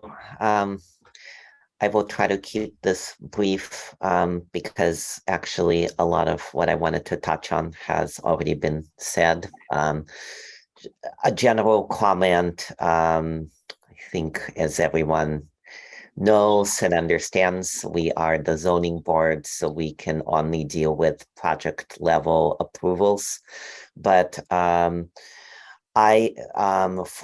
an individual and someone who lives just off of San Pablo in the District 1 Northwest Berkeley area, but the character of San Pablo tends to be similar. I tend to concur with my council member and council member Taplin, who both have called, as we are going through the housing element process and figuring out where to site 9,000 new units of housing, which we desperately need, making sure that there are siting opportunities all over the city, not to the exclusion, of course, of West Berkeley, but everyone should have their fair share of housing available. With that, on the comment that would be most relevant to Allison, I don't have much to add, actually. I would agree. I was prepared to have very similar comments, seeing how we might be able to genuflect to the character of that building, whether it is a preservation of some elements that involve either the types of sidings, the type of architecture. I think the proposed design is quite nice, I have to say, and it might be difficult to figure out how to make that character that is there now, that patina, fit in with the proposal, but I would like for the architect to try. I would like for the EIR to study that option. And I know that I concur with the chair's comments. This is a skilled architect. I think if anyone can do it, I think this firm would be able to incorporate those elements. The types of things that we see often on commercial corridors, and San Pablo being a pretty typical example, is that the CW zone that allows for obviously taller, more denser, more transit-oriented development, abuts buildings that are in this case the R1A zone. Thankfully, George Florence Park has come to the rescue in a large way here.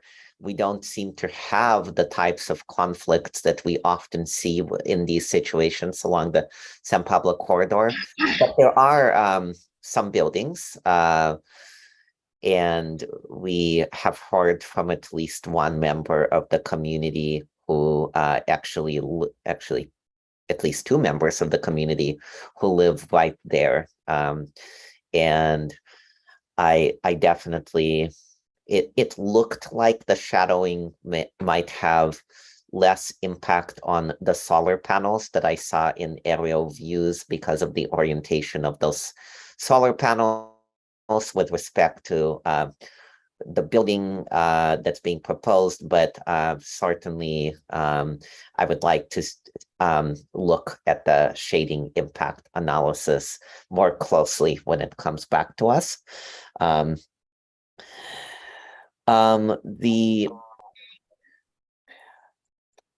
To the comment about more EV charging stations, that is near and dear to my heart, of course, as an apartment dweller who has to, go 8 blocks to the nearest public EV charging station and hope that one is available. Sadly, what we have right now is basically the upper limits of state policy. We're trying to change that at the state level. I would love to see more EV-ready stations, of course, if that can be possible.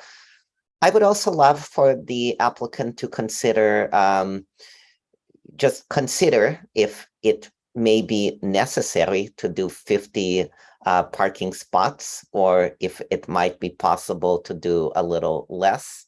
I can't recall if this is an RPP area. If it is,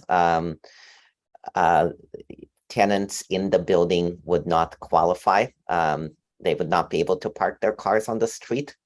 With the appropriate transit development, transit demand management or TDM measures, I think we can actually become a little less car dependent and a little more dependent on other multimodal opportunities for transit, also helping make this a more walkable, bikeable neighborhood a more activated one, which would be great. Agree on the Kelly's comment on board safe glass. Wanted to uplift the comment I heard from one neighbor to see if the orientation of the garage could be shifted, given that it seems like there is another garage being proposed on that street, if I understood that comment correctly. And I think that, oh, the only other thing, and this I don't think I've heard anyone mention yet, but we've been dealing with this quite a bit. When there are going to be a lot of, well, when increased density means increased packages being delivered, and where are those folks going to park? So I would like to, and I'm sure this will happen, but I look forward to seeing a robust traffic engineer analysis about how to manage that in a way that does not impede with flow of traffic on San Pablo, does not get including pedestrian traffic, and you know, makes does not interfere with the neighbors' ability to quietly enjoy their properties as well. So I went longer than I hoped for. My apologies, but those are my comments. Thank you. Thank you, Igor. Joey? Thank you. I will try to keep my comments short as well, but I guess the most rewarding aspect of this space and ZAB is the public discussion. And so I just wanted to say to the public that I enjoy the roasts personally, as long as the critiques are sound. So I welcome your critiques and your public discussions that actually contribute to this EIR process, because to clarify, we are not voting tonight, right? And so we are not making any major decisions, but we want your input and we want the commissioner's input. And so we appreciate that. And as Commissioner Treygoub and Commissioner Khan have already stated, this committee is system implicated, meaning that we don't get to pick and choose the projects that come to us. Most of them are unfortunately market rate housing. But I just wanted to say, as a community member, I would encourage you to take that energy and meet with like-minded, diverse people and organize for more social housing or different types of housing in different ways outside of ZAB. ZAB is not the only space to advocate for that. In terms of cultural resources, I'm not surprised Karina Gold has already reached out, and I'm glad to hear that staff has preemptively been thoughtful about Indigenous land. And, you know, I guess the immediate concern that comes to me is I think of 1900 4th Street and the endangerment of West Berkeley shell mounds and ancestral remains. And so to consider that preemptively, I think is always the right move, and to be in constant discussion with Indigenous community members. I also, when I was asking the questions to the applicant about native plants and EV charging, it actually reminded me of former Commissioner Carrie Olson and her detail-orientedness in asking these questions. And of course, Kelly, you always coming to these meetings and being consistently advocating for this. And so I'm sure the applicant is hearing your concerns about how 8 out of 31 of the landscaping is native plants, and we could increase that. As Igor mentioned, it's by state law, we are limited in terms of how much we can increase EV parking spots. But I'll personally say, as someone who is in her early 20s, and I think our generation is also facing this unprecedented climate change and just a lot of scary politics out there right now. I think I would like to encourage the applicant to kind of be more, to challenge themselves, to be more creative in how to be more green, because I think these projects can help set a precedent in how denser buildings can be built in the city of Berkeley, and also help achieve our climate goal plans by 2030 or whatever year that was. I think this is also a good time, as the public has mentioned, about concerns about traffic congestion and noise pollution, which also is included in the EIR report. So I guess I would like to ask the applicant when we come back in the future meetings, because I know this is like 2 out of the 5 meetings that are coming to ZAB, to think about how you'd like to frame and communicate the community benefits and the impacts to the community in an accessible way. Because sometimes I know the jargon of ZAB can get a little muddled. And I would appreciate that as well. I don't have anything more to add because I feel like I'm being repetitive, but yeah, those are my comments. Not repetitive in the slightest, Joey. I thought you were very well spoken. Thank you. Yeah. Debbie? Thank you. I want to thank the public who mentioned the noise. Years ago, when we were permitting cell towers, a couple of residents near a proposed cell tower said, they're so noisy, they wake us up at night. And I was planning manager then, and I thought, how can that be? So we explored and found, in fact, that cell towers, when the maintenance gets a little behind schedule, get very noisy, and we then required sound walls around them so that they wouldn't affect the neighbors. It was an easy fix. Excuse me. So I encourage, this is both for city staff and the applicant, to figure out what's going on about sound. And I know that they do these tests, and I believe that the emergency generators are not required to be sound mitigation. But I think with all the buildings that we are putting in now, next to residential buildings, which are mostly little single family homes who aren't built to keep out sound, we at the city, as well as the applicant, really need to understand how the sound in the building, even for the testing of the generators, if you start having 5 generators on that block and they get tested once a week, it's a nuisance to the neighbors. Now, I don't think this is where the EIR should go, but I think the applicant and city should really begin to explore this option.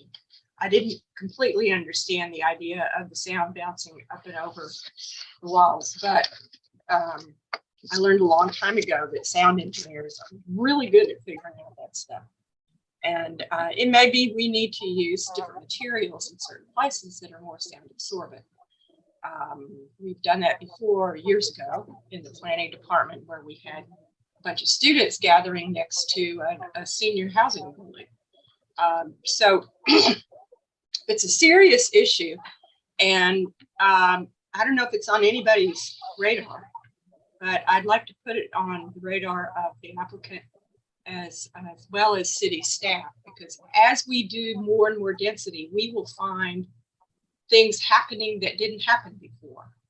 And we just need to be sensitive to what those might be and listen carefully when the public says, you know, this is noisy, or this is hot, or this is cold.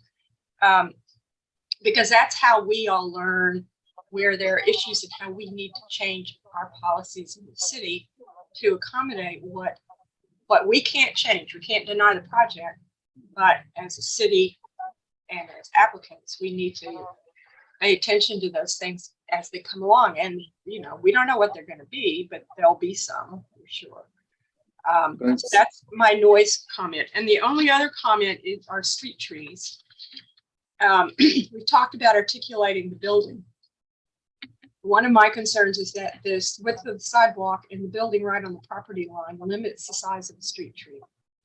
And as you're thinking about articulation, think about spaces for the full leaf area of a street tree, that maybe we can get a larger tree or leaves to have more camping down of the wood. So that's it. Thank you. Thanks so much, Joey. Let's see, we have Shoshana and Michael. Do you guys have any comments you'd like to contribute? Well, thank you very much. I appreciate that. I just want to reinforce before we close here a couple of things that Joey said and that Kelly brought up.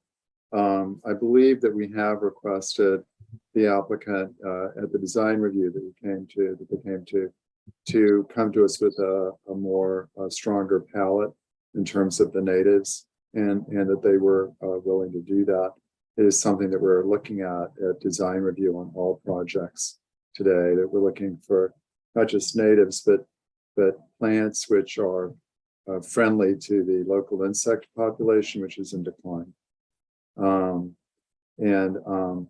I also, we don't have a bird safe glass ordinance, but I think given the proximity to the park, in the case of this project, that it is reasonable for this board to ask that be looked at and discussed at the next, when you come back.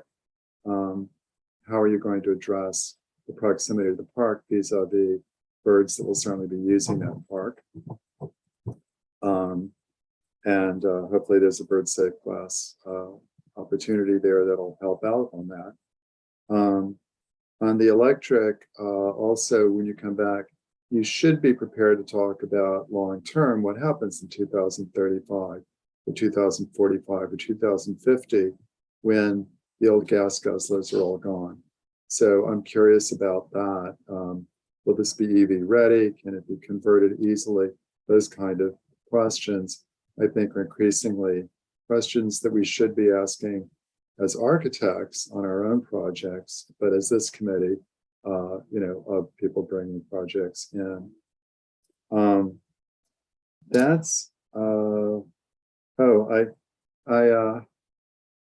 Kelly, for what it's worth, I don't think that a dark colored building, because it absorbs heat, actually makes things hotter. I think it may make them cooler rather than reflecting the heat out. But I don't like dark gray buildings either. I think they're depressing, and I'm all for the happier colors. So I want to really endorse that comment. Where I always in design reviews say to people coming in, this is Berkeley, folks. This is the city of tie-dye. Why do we have to have gray and white buildings? Let's have some color. Let's have some life. Let's make it Berkeley. So 100% with you on that. Maybe some more articulation of the facade might help with some of the sound issues, Debbie, that you were referring to. I think having a flat facade is going to be more echoey, and that was a legitimate concern brought up by the neighbor. And Zoe, and finally in closing, I want to say that Zoe's comments to those of you who came here tonight to express your concerns about the project, I hope you didn't get the wrong message from me when I said, gee, there's not much we can do. We can make the comments like we made tonight and ask that the applicants step forward, and your time brought to us is never forgotten or wasted, because there are other venues that we all have access to see changes in the city that move our city the way we want it to go. So thank you very much for coming tonight. I think that kind of closes it out. If there's no other comments, I want to thank everybody tonight. I thought this was a great meeting. I think you guys did a wonderful job, and I appreciate it. So if I have a motion to, I do need a motion in a second to conclude the meeting. I make a motion to adjourn. Thank you, Karen. You see, you know the ropes. I was a city clerk. You better know the ropes. Okay, do I have a second? Second. Okay, thanks, Igor. If you didn't say anything, I was just going to make Michael the second. I missed who was the second. I'm so sorry. Michael is the second. Yeah, Igor and I just nominated Michael as the second. I accept that nomination. I will second that. Very good. Okay, Samantha, if you can take a vote. Yes. Okay, to adjourn. Board Member Trigu. Craig votes yes. Duffy is in absence. Hempel? Yes. Thompson? Yes. O'Keefe, Vice Chair O'Keefe? My kids are supposed to go to bed at 9 and I can hear them loud upstairs. So yes, I need to deal with that. Yes. Chairperson Khan? Yes. Kim? Yes. And Sanderson? You're muted, Board Member Sanderson. She made motions of a yes. Yes. It's unanimous and we can adjourn. Thank you for joining us tonight, Karen and Allison. It's good to see you again. Thank you, Sharon. Thank you, Samantha. Thank you. Thank you to everybody. who Thank you mentioned all. it. Good night. Bye. Good night. Bye.